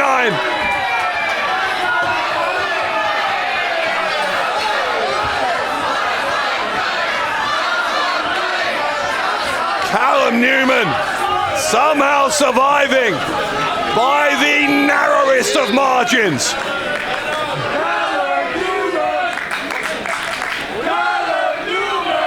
Opposite corners of the ring now. Both men forcing themselves up. Both of them surely, their bodies screaming no. They're doing it anyway. Here comes Rambo.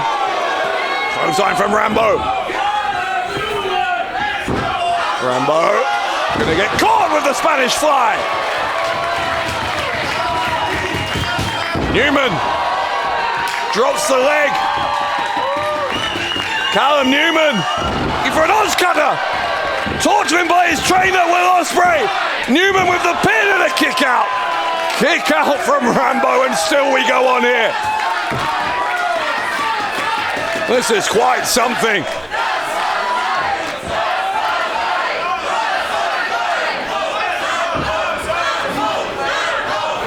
Newman, ripcord lariat attempt there. Rambo throws him, drops him. And now Rambo bringing down the strap. Rambo will try, I think, for the package pile driver. Oh, wait, Bennett Brown. Bennett Brown, what's he doing here? Brown on the ring apron. A member of the Black Guerrilla Army. There's a roll-up, and Newman gets it. Newman gets the Und win. hier ist der Sieger aus Aus Essex, England, United Kingdom, the Prince of Pace, Callum Newman. What was that about? Callum Newman getting his first victory. Bennett Brown, he cost Rambo the match.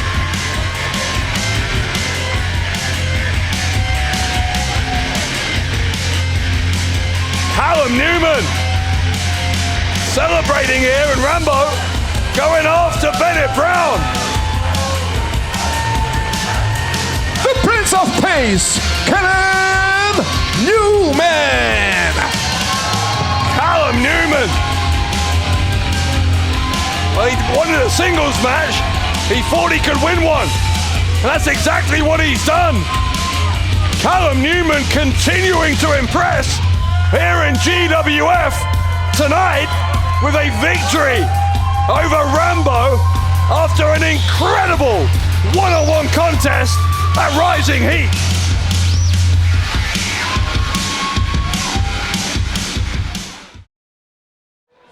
Berlin, Friedrichshain. Das nächste Match ist angesetzt auf einen Fall. Und es ist ein Mixed Tag Team Match. Auf dem Weg zum Ring.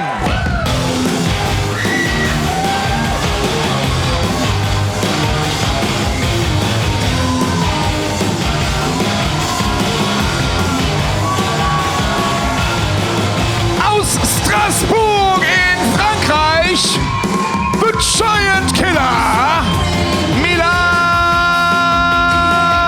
Smidt.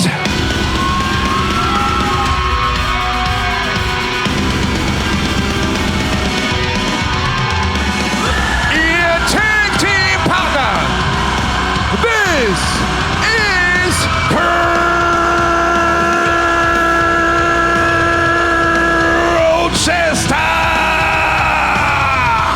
Smidt and Crowchester between them, becoming a pretty formidable team. They've paired up twice before here on GWF shows, and they won both times.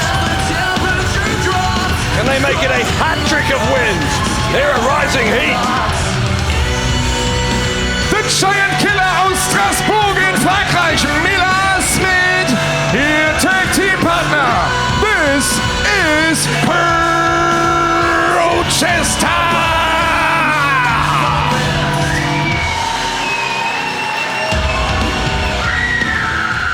Ihre Gegner.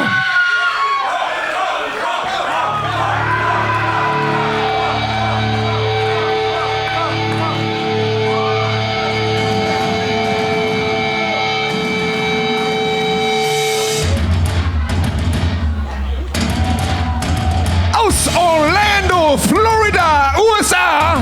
Sie ist amtierender German Wrestling Federation Women's Champion.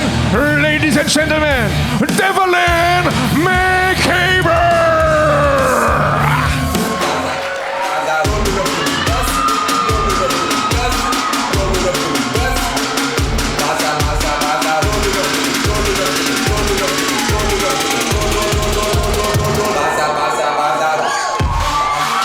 Ihr Tag-Team-Partner mit einem Gewicht von 92 Kilogramm aus Paris in Frankreich, la sensation française, le guerrier du peuple, Senza, Volto. Well, we are just 4 weeks on from when Devlyn Macabre surprised an awful lot of people, winning the women's title on the pre-show of Mystery Mayhem by defeating Cara. Tonight teaming with Senza Volto. Volto himself knows trained in the championships, former Berlin champion here in GWF. Berlin teaming up, Devlyn Macabre und la sensation française, Senza.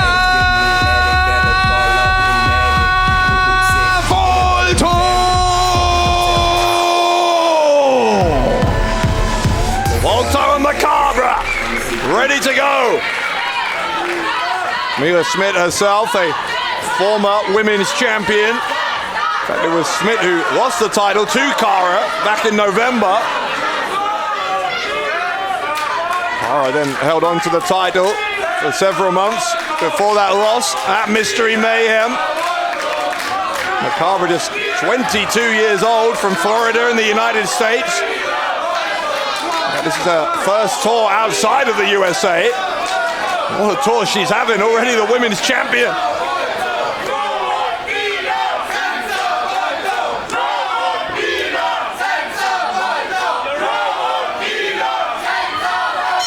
There goes the bell. Senza, Volto and Crowchester. Little slap of the hands there. Respect from both of these two. Volto backing Crowchester into the corner, into the ropes rather, and dragging him out. Crowchester, so fast, so unpredictable. The arm drags from both men. Both had the same idea that time. I think they're going to have to let each other up.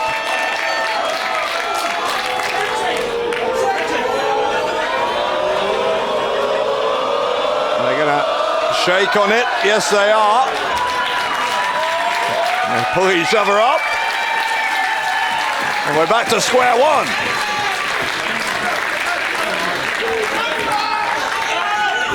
Sweep of the legs though. Volto immediately going back to work, and again, the pace immediately going up to 100 miles an hour. This time double drop kicks, and either man getting the result they wanted.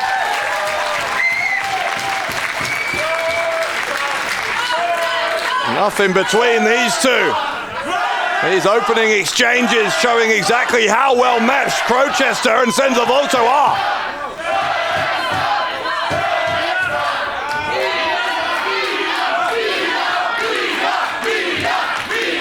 Here comes Mila Smidt. Volto is going to tag in the women's champion. So Smidt and Macabre to go at it. First time we've seen these two lock up here in the German Wrestling Federation. What a lock up it is. Either woman prepared to cede any ground. Referee insisting they break it up, which they do, and crowd, as always, as they have done throughout tonight, making their feelings known. And again, it sounds like something of a split decision from the GWF fans.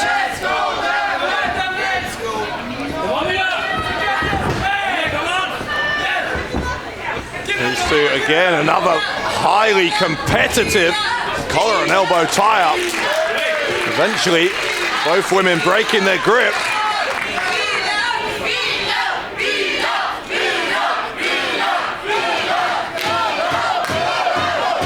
Here comes Crowchester. Here comes Senza Volto. Last month, Crowchester and Smidt got a win in a three-way tag team match. Their opponents were Jesse J and John Klinger and low-key Nick Schreier. With John Klinger, a very different contest ahead of him tonight. It's coming up next, our main event. Klinger, the longest reigning GWF World Champion we've ever had, facing the man with the most reigns of any World Champion. It's a drop kick. That man is Pascal Spalter, so Spalter and Klinger coming up immediately after this tag team match. But right now it's Crowchester on the apron, kicking Senza Volto in the head. Crowchester ran in, Volto kicks him, missed that second one.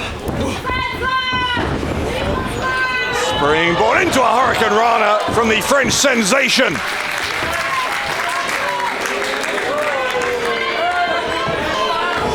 Volto thought about going over the ropes. Or was he feigning the whole time? Volto, ever the showman. Sarcastically blowing a kiss in the direction of Mila Smidt. In comes Crowchester. Volto ran towards him to avoid contact. Smidt tagged back in. Here comes Macabre again. Another chapter of the incredibly competitive exchanges we've seen between these two. Macabre hanging onto the ropes. Smidt gets sent through first into the middle rope. Women's champion with the knees into the back of the shoulders.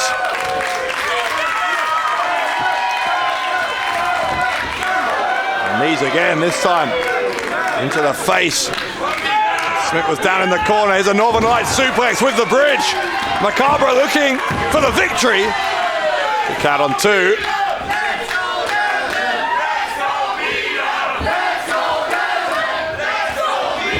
Smidt with an elbow. Gonna send Macabre into the corner. Follows in with an uppercut. Smidt with a shoulder thrust there right in the corner. Doing some real damage in that corner. Judo throw. Smidt will go to the ropes. Drop kick right in the face of the champion. Smidt making a pretty strong case for a shot at Devlyn Macabre with the way she's performing here.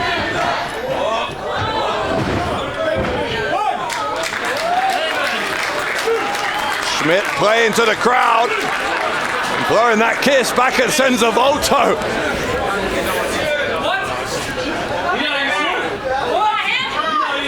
And mimicking Senza Volto's own moves there was Smidt.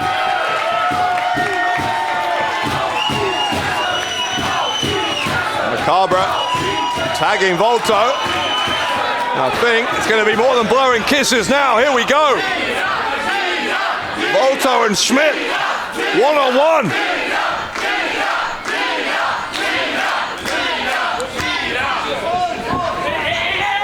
Both athletes trying to gain an advantage. Volto wants Smidt to put his leg down. In the end, he bent the knee and grabbed the side headlock. It was quickly countered. Smidt now has the headlock. Volto will send her to the ropes. Slid underneath that clothesline attempt, did Volto. Trying for a German suplex. Changes his mind, gets a snapmare instead.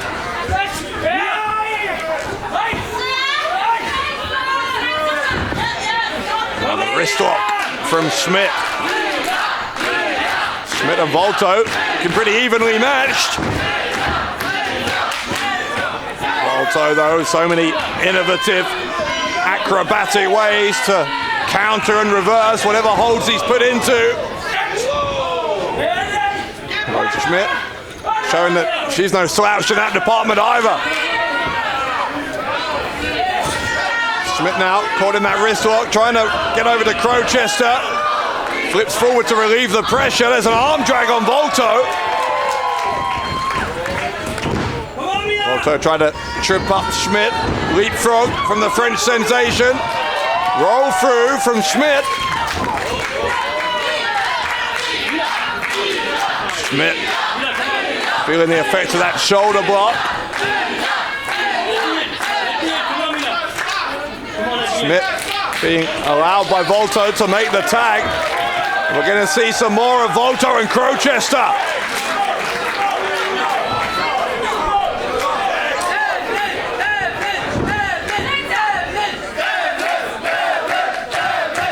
Volto, Crowchester, two of the most exciting high flyers on the GWF roster.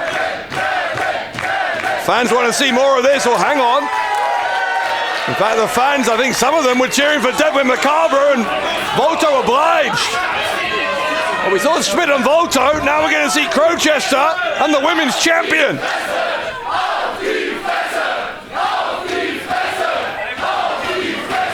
I'm not sure if Crowchester wants any part of Devlyn Macabre. Well, here we go. Looks like it's happening anyway. Crowchester not wanting to do any moves on Macabre, just trying to avoid her here. I'm not sure that's a sustainable strategy. Elbow into the face from the women's champion. Crowchester running in, Macabre out of the way. Macabre just a little bit quicker here than Crowchester at the moment. Not many people can say that. Crowchester dropped on his head on the ring apron. Still doesn't want to really compete here. Crowchester getting taken down with a Tilden Well head scissors. Macabre tags in Volto. Volto slapped to the chest of Crowchester.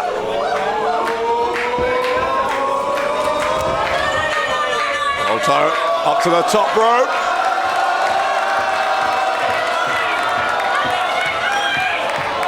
Smidt, I think, is going to try and shake the ropes. It's not going to work. Volto taunting and then with the arm drag. Superhuman balance. And Senza Volto tagging in Macabre. Devlyn Macabre. Going buttocks first into Crowchester. And then knee first. Wow. Here comes Volto. Cannonball from Volto. The pin from the French sensation. Crowchester gets the left shoulder up. The match goes on.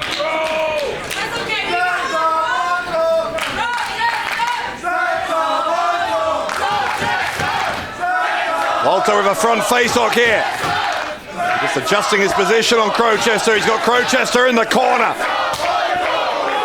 Slap right across the chest. It's going to leave a hand mark, that chop.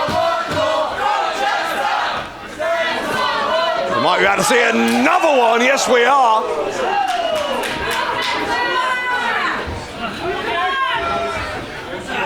There's a tag to Macabre. Oh, wow. Listen to that chop. Crowchester collapsing down to the canvas in pain. They're alternating chops here on Macabre and Volto. Tagging each other time after time. Goodness me. Crowchester taking a hammering here.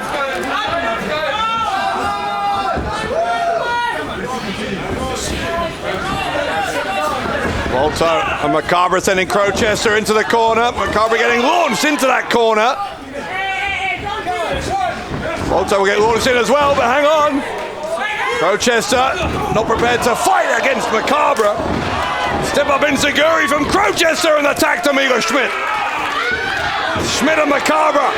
Here we go again. Running uppercut from Smidt. Belly to belly suplex, perfectly executed from Smidt. Here comes Volto. Volto tried to charge at Smidt, but Smidt smartly dropped that top rope. Volto went out to the outside, clothesline from the women's champion though. Macabre with the pin, kick out from Smidt.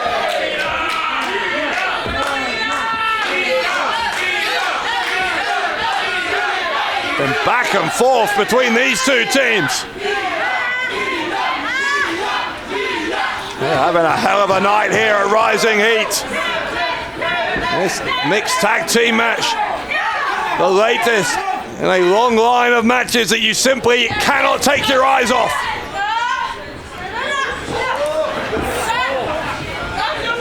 Smidt going behind after countering that rear waist lock. Elbow strike from Smidt. Super kick from Macabre. A handspring into a lariat from Smidt. Both women down. Both, I think, are going to try to make it to their respective corners for the tag. Whoever gets there first might go a very long way towards winning this match for their team. It's Macabre who gets there, but Smidt gets there as well. Crowchester first to the punch and then to the uppercut. Crowchester shoulder block. Crowchester getting the better of Senza Volto. Acai moonsault from Crowchester. Crowchester, the pin and the kick out from Volto.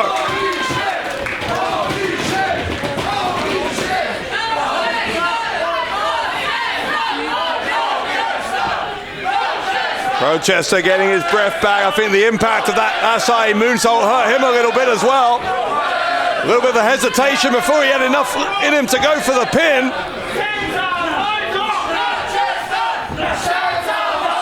Volto trying to resist being lifted up onto the shoulders of Crowchester. Crowchester trying to weaken that resolve with an elbow. Now he does have him up. Volto. Oh, they both clotheslined each other. Both clotheslined each other. Here comes Smidt and Macabre. There was no tag there. They both tried to cross-body each other. All four wrestlers are down.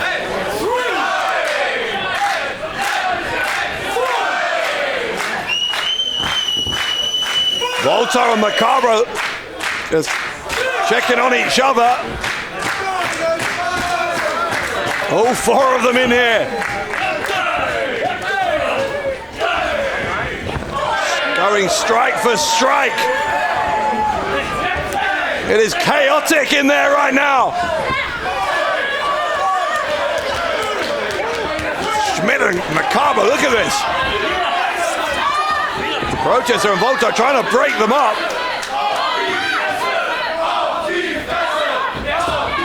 Remember, Crowchester and Volto, I think, illegal.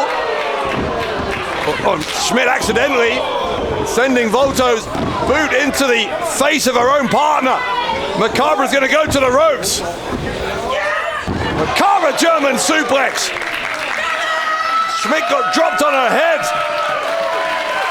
Smidt's firing up anyway. This is something else between these two teams. Smidt, German suplex.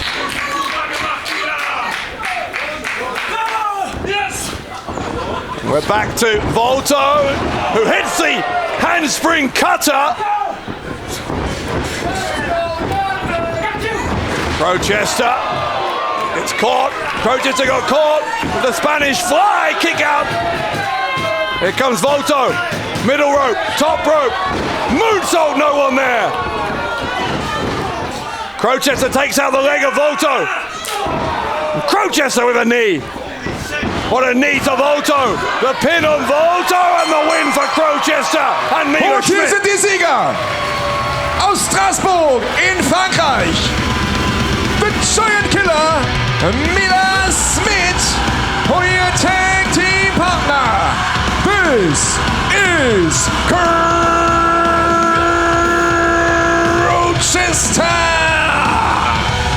Crowchester and Smidt win again. This time at the expense of Volto and the women's champion, Devlyn Macabre. Impressive stuff indeed from Smidt and Crowchester. But there is one Mila important Smidt piece of und ihr business Tag Team Partner heute still Abend, to take care of Crowchester. tonight at Rising Heat. Up next, it is our main event. Two of the greatest world champions we've ever seen competing for the gold.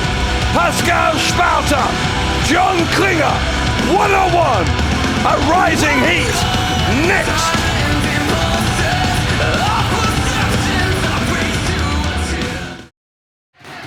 Der Hauptkampf des heutigen Abends ist angesetzt auf einen Fall. Und es geht um den German Wrestling Federation World Championship. Ich rufe in den Ring den Herausforderer.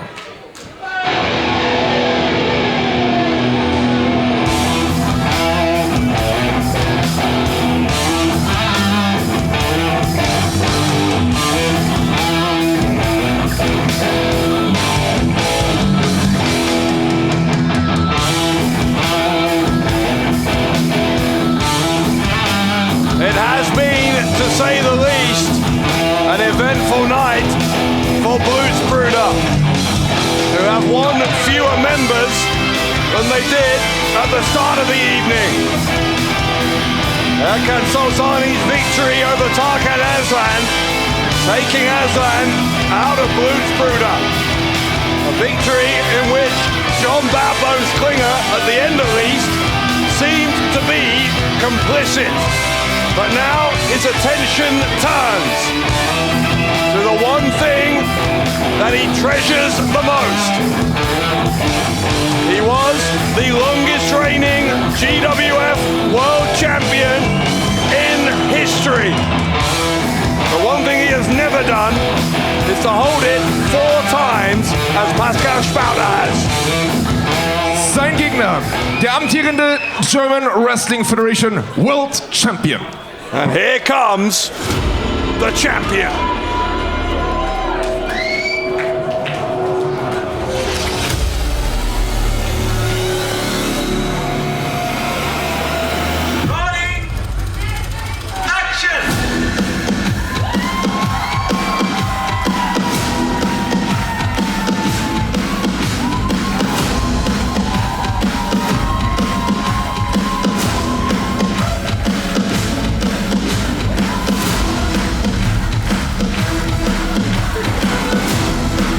The German Wrestling Federation has been going for more than a quarter of a century. There has never been a world champion quite like Pascal Spalter. Spalter now, as I said, in his 4th reign as the champion. But as John Klinger will be very eager to tell you, none of those reigns lasted the 925 days that the leader of Blutsbrüder held that title between May 2019 and November 2021.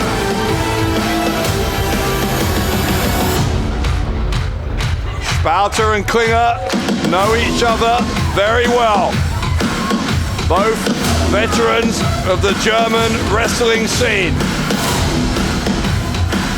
In fact, they competed last year, Pascal Spalter with a win over Klinger at Battlefield in September, back when neither man was champion. Tonight, one of them will walk out as the world champion. Ich präsentiere die Kontrahenten in diesem World Championship Match. Zu meiner Rechten, in Begleitung seines Blutsbruders, Erkan Solzani. Er will seinen Titel zurück, denn er hielt diesen Titel bereits länger als jeder andere in der German Wrestling Federation. 925 Tage ohne Unterbrechung. Aus Bad Bone City, the challenger, John Bad Bones Klinger.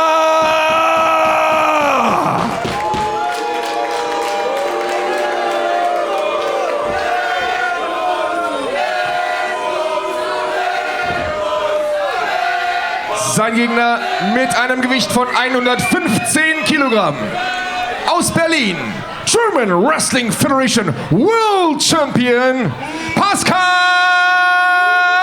Spalter!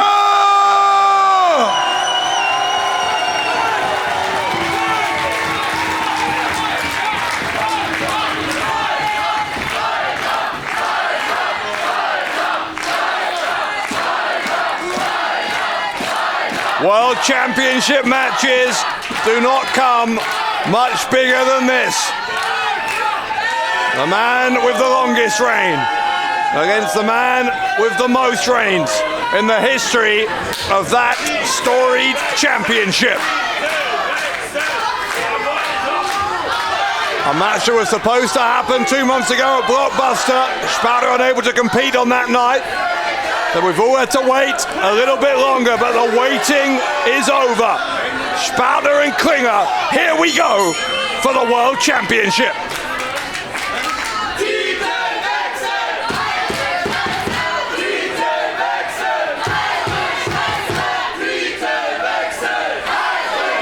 Klinger Klinger removing his jacket, throwing it in the face of Spalter, and you always have to be aware of the unpredictability of John Klinger. Spalter maybe forgetting, it's been a little while, that Klinger will use every trick in the book, and he's already started along that path here. Gonna choke Spalter, choking Spalter with the jacket. Wrote that before the count of 5. Klinger needs to be careful. If Klinger gets disqualified, he won't be the champion tonight. Spalter kicking out of that early pin attempt. The fans, almost unanimously by the sounds of it, supporting the star of Berlin. The German heavyweight Pascal Spalter hits a knee there, scoops up Klinger. Holds him in place, and when he's ready, slams him down.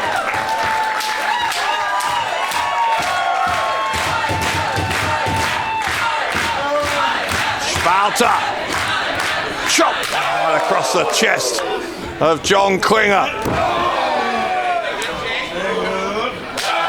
Another one, Pascal Spalter taking control here of this main event at Rising Heat.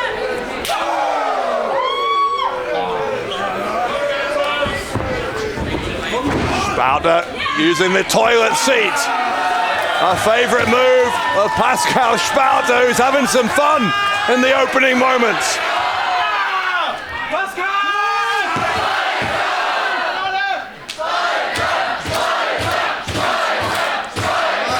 Spalter will go to the ropes. Klinger gets up. Right for the drop kick. Spalter swatted him away. Klinger, I think, may have landed awkwardly on his knee. Klinger really struggling on that knee. Spalter able to lift him up onto the apron. Have to keep an eye on that knee. Can Klinger keep going here? It looks like he can. He's up top. John Klinger, double axe handle. Klinger still hurting. Klinger still hurting on that knee, but the referee's going to ask him if he's going to continue. I can almost guarantee you John Klinger not going to give up a shot at regaining that world title.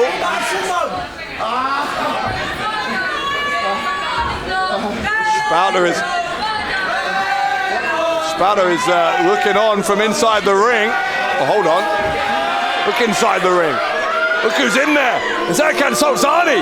Solzani inside the ring. A super kick to Spalter.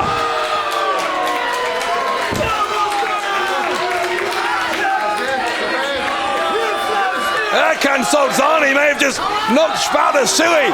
It's a super kick that defeated Tarkan Aslan earlier.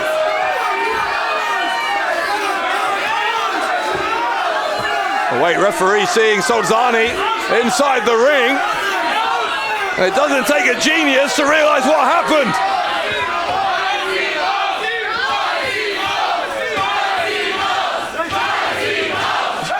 Solzani's been caught red-handed. And I think he's being thrown out of here. Well, Blutsbrüder can count themselves lucky, but the referee hasn't thrown the match out. Instead, he's throwing Solzani out. And Solzani being ejected. Well, there's nothing wrong with that knee. Suddenly, John Klinger walking fine on the knee. It was all a ruse. The whole thing was a diversion, I think, so that Solzani can hit a super kick. But it's backfired. Klinger still going to try and get the win off of the super kick, and Spalter gets that right shoulder up. There is nothing that Blutsbrüder will not do. Spalter being thrown to the outside.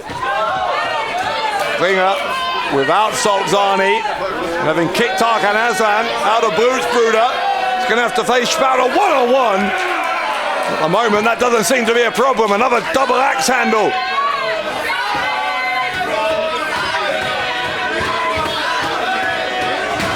Klinger going face first into that table at ringside. Klinger's got the championship belt.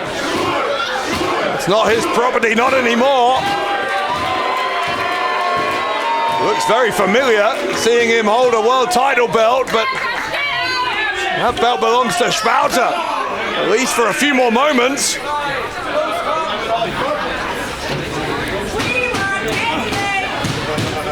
Spalter rolling Klinger, or rather Klinger rolling Spalter, I should say, excuse me, back into the ring. Now Spalter with a right hand, that's the only offense he's been able to mount in the past few moments here. Klinger straight back on him. Spalter sent hard into the corner. Klinger crawling across, looking to win the title, but Spalter kicked out.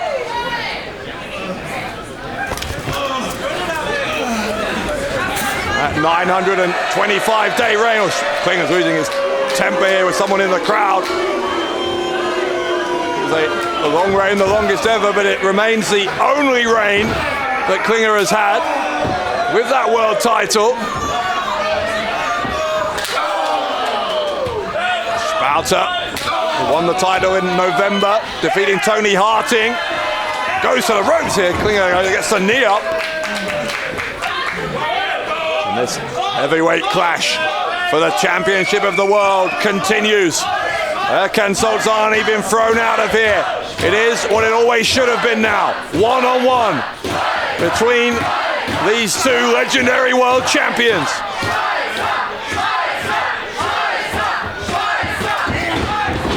Again sent hard into the corner by Klinger.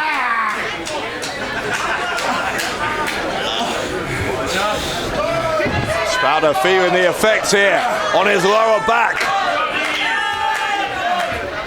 Klinger, it's almost snake-like in his movements. He heads up to the top turnbuckle. Most dangerous man, not just in European wrestling, but in all of wrestling, and that's why. Another double axe handle right into the head. Is it enough? No, it isn't.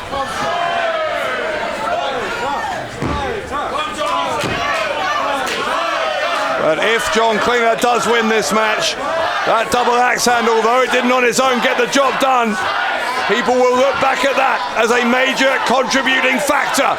Klinger's again choking out here, but stopping before the count of 5. Klinger mocking his opponent as he hits the chops in the corner.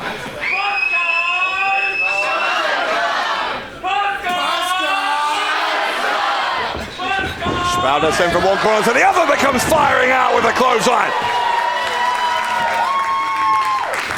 Spalter needed to find something, and find it he did.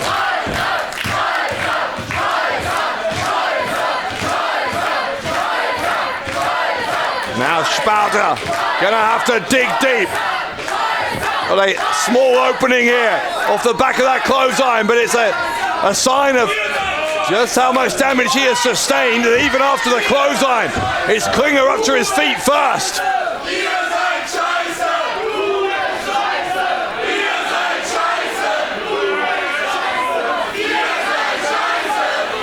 Klinger pointing with that Blutsbrüder, bit of sign language at Spalter. Tried to fire at him, but Spalter blocked. Spalter with the right hand. Klinger tried to do the same, got blocked. Spalter hit him again. And again, and again. Here comes Pascal Spalter, the world heavyweight champion. Klinger, knee into the stomach, goes to the ropes here. Chop to the throat. And a tomahawk chop. Clothesline from Spalter. And another hard-hitting main event for the world title. Avalanche in the corner from Spalter. Spalter to the ropes, crossbody, crushing the ribs of Klinger. Hooks that right leg, and Klinger able to kick out anyway.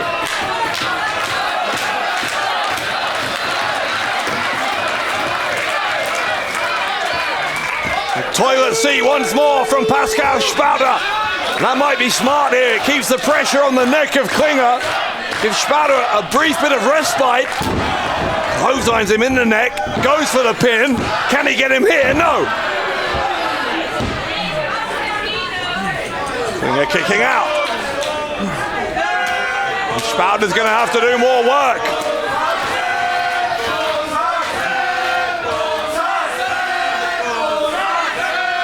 The contingent of the fans here supporting John Klinger getting more and more vocal now. Spalter going to try and lift John Klinger from that low position. Very difficult to do that. Klinger preventing it from happening. Got his thumb in the eyes of Spalter. Spalter sent down to the canvas. Here comes Klinger. Bone spear, but no. The knee of Spalter blocking the bone spear. Did Spalter damage his knee in the process? Spalter has Klinger up. Fireman's carry. From the half Nelson into the suplex from Klinger.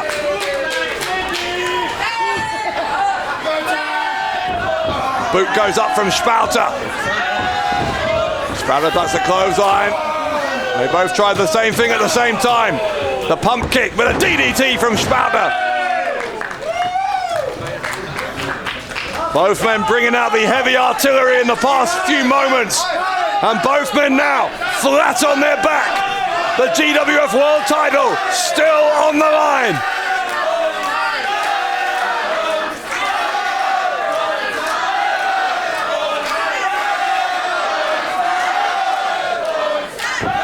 Fans, some of them Spalter supporters, some of them John Klinger supporters, all of them bringing the noise here tonight in Berlin.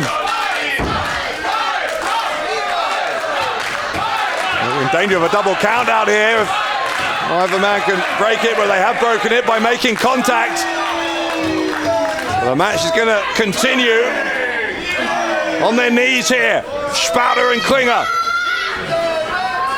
leaning against each other to stop themselves from falling over. What a headbutt though from Klinger. Deep into this one now, you sense. Fatigue a factor. Who will make a critical mistake? Klinger, I think, went to the eyes again. Now Klinger will go to the rope. Spalter's going to follow him. Clothesline sends them both out.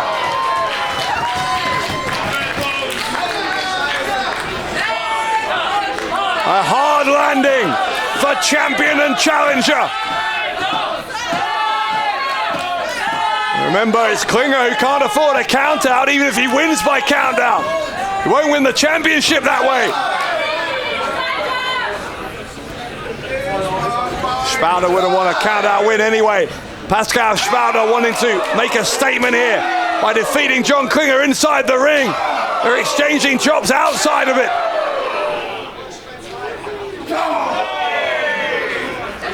Kick from Klinger trying to get back in. Spalter not going to let him do that. Spalter dragging Klinger back out. Shot to the kidney there, and another one from Klinger. Both these guys have been just battering each other since the opening bell here.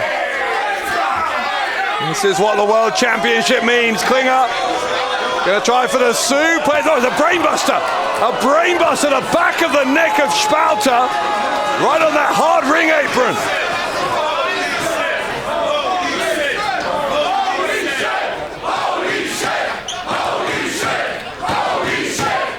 Well, the audience expressing the same disbelief that I'm sure you are, wherever you are watching this one.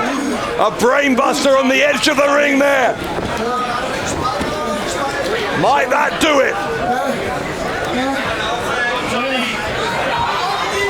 Spalter on his knees. Klinger lining him up. Second time he asks, he's got it, the bone spear. The bone spear, second time of asking. The pin from Klinger and a kick out from Spalter. Spalter clinging on to the world title.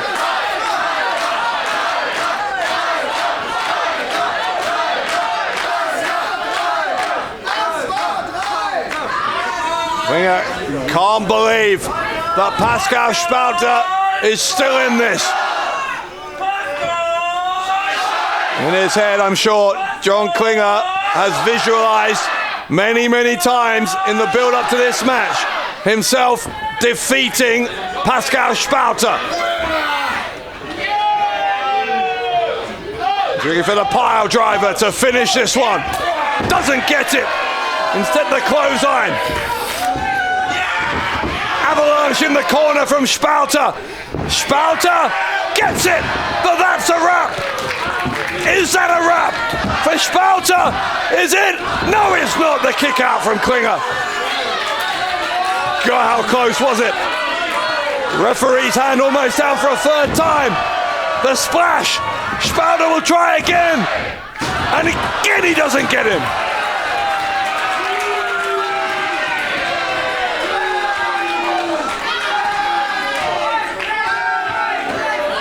The resilience of John Klinger. Whatever you think of the man, you have to admire the fact that he will not stay down.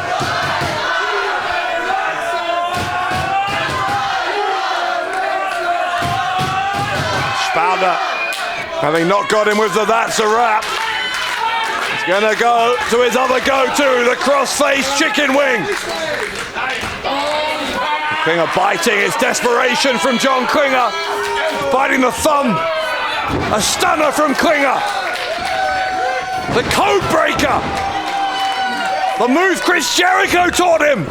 Will it get him his second world championship? No, it won't. The left shoulder of Pascal Spalter came up in time.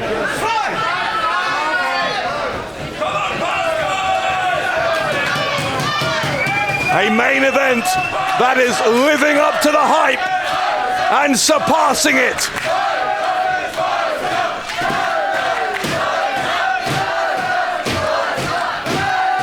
Klinger, you can see the cogs turning inside John Klinger's brain. What's he doing? He's got the world title. Klinger's got the world title. I don't know what he thinks he's going to do if he strikes Spalter with the belt, but he'll be disqualified here. Referee stopping him from doing it, and referee to did Klinger a favour. But low blow from Klinger. The small package. Klinger's going to steal the title. Oh no, he isn't. Well, thank God for that. John Klinger taking advantage of the referee's back being turned. Almost won the richest prize in GWF with a low blow.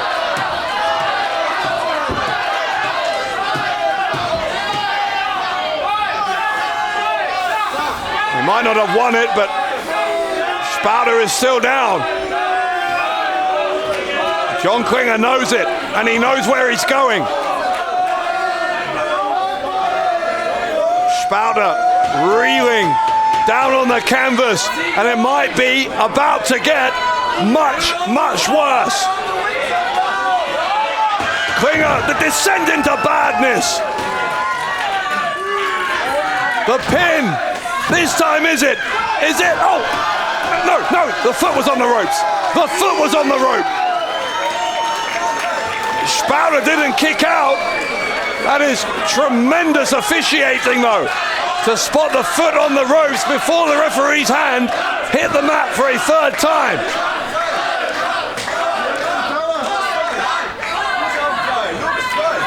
Klinger in disbelief.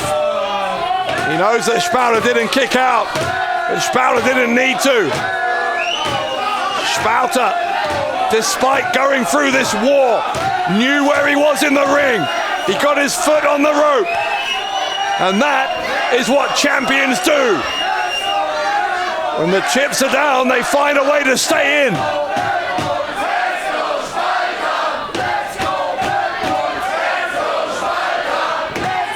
Klinger still arguing the point. No doubt that Spalter had his foot on the ropes before what would have been the count of 3.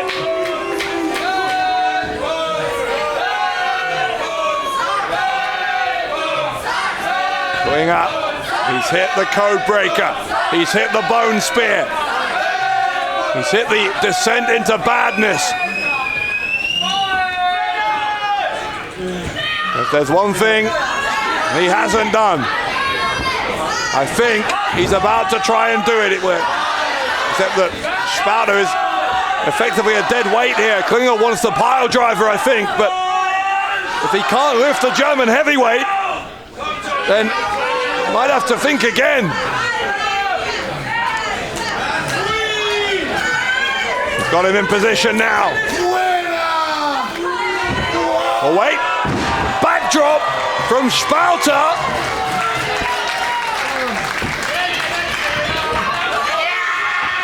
Spalter might hit a pile driver.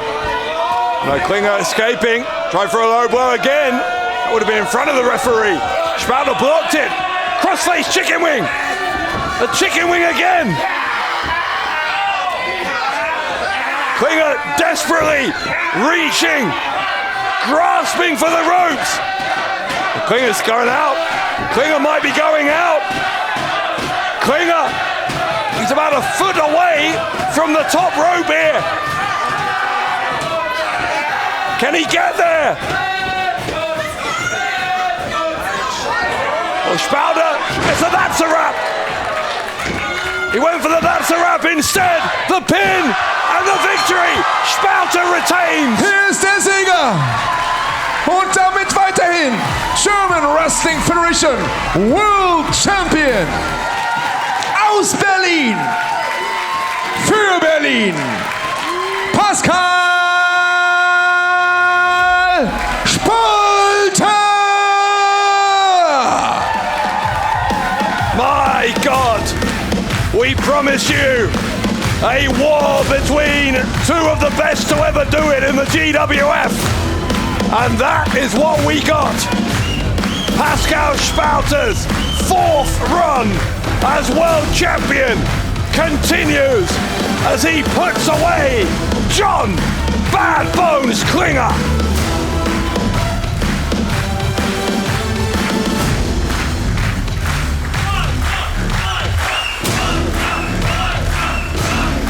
What a night at Rising Heat, and the man rising in victory at its conclusion is the star of Herzlichen Berlin. Glückwunsch dem alten und neuen German Wrestling Federation World Champion Pascal Spalter.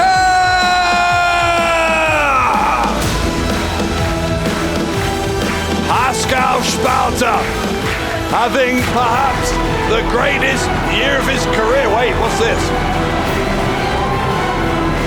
You know whose music that is? The man we saw victorious earlier on tonight. I don't think Metehan's coming out here to offer his applause.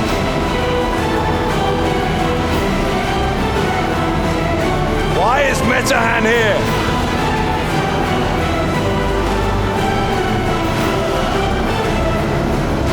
Metehan saying, I think he doesn't want any trouble. Not even asking permission before he gets into the ring. He wants a microphone. What is this?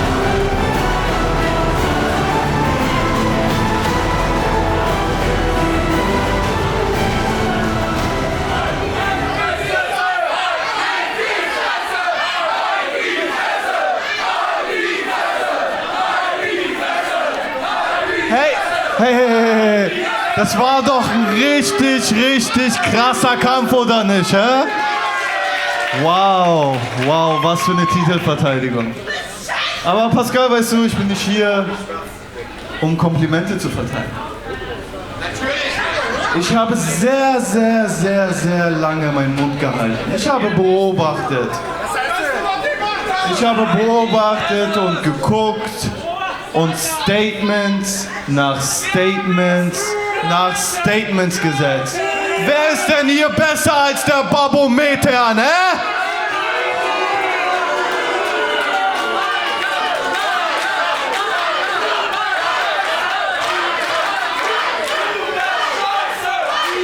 Wisst ihr, das erinnert mich an meine früheren Tage in Berlin. Ich bin im Ghetto aufgewachsen.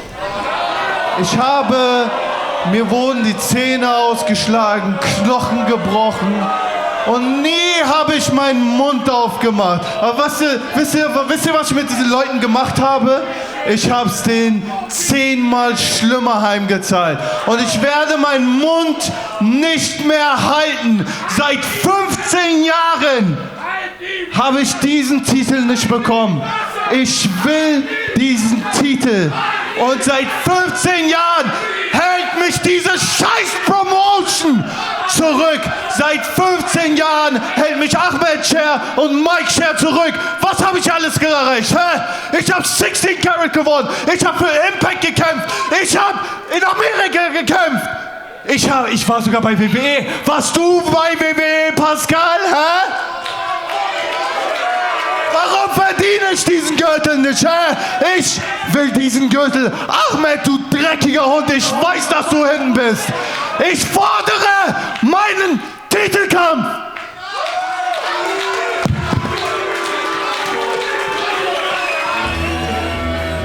Now hold on. Asking you shall receive. The man who Metehan is criticizing. Out here, no doubt, to respond. Ahmed Scher, what is he going to say to that brutal verbal attack from Metehan?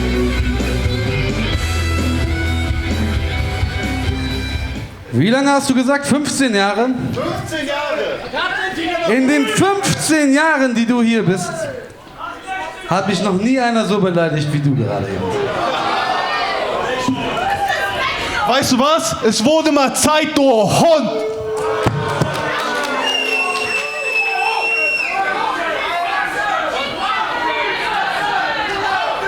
Hättest du nicht schon ein Match heute hinter dir, würde ich gerne in den Ring kommen und dir höchstpersönlich ein paar auf die Schnauze hauen. Aber weißt du was? Ich werde einfach mal das ganz einfach machen. Ich erfülle dir deinen Lebenstraum. Du möchtest einmal richtig Kloppe von einem World Champion bekommen? Pascal, könntest du mir den Gefallen tun und ihn im Summer Smash richtig zusammenschlagen? Wow. Denn hiermit setze ich das Match an. Pascal Spalter gegen Metehan bei Summer Smash. What an announcement that is!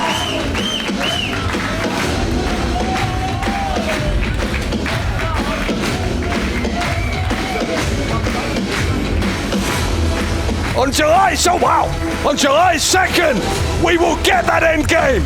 It's gonna be Metehan and Pascal Spalter for the GWF World Title at Summer Smash.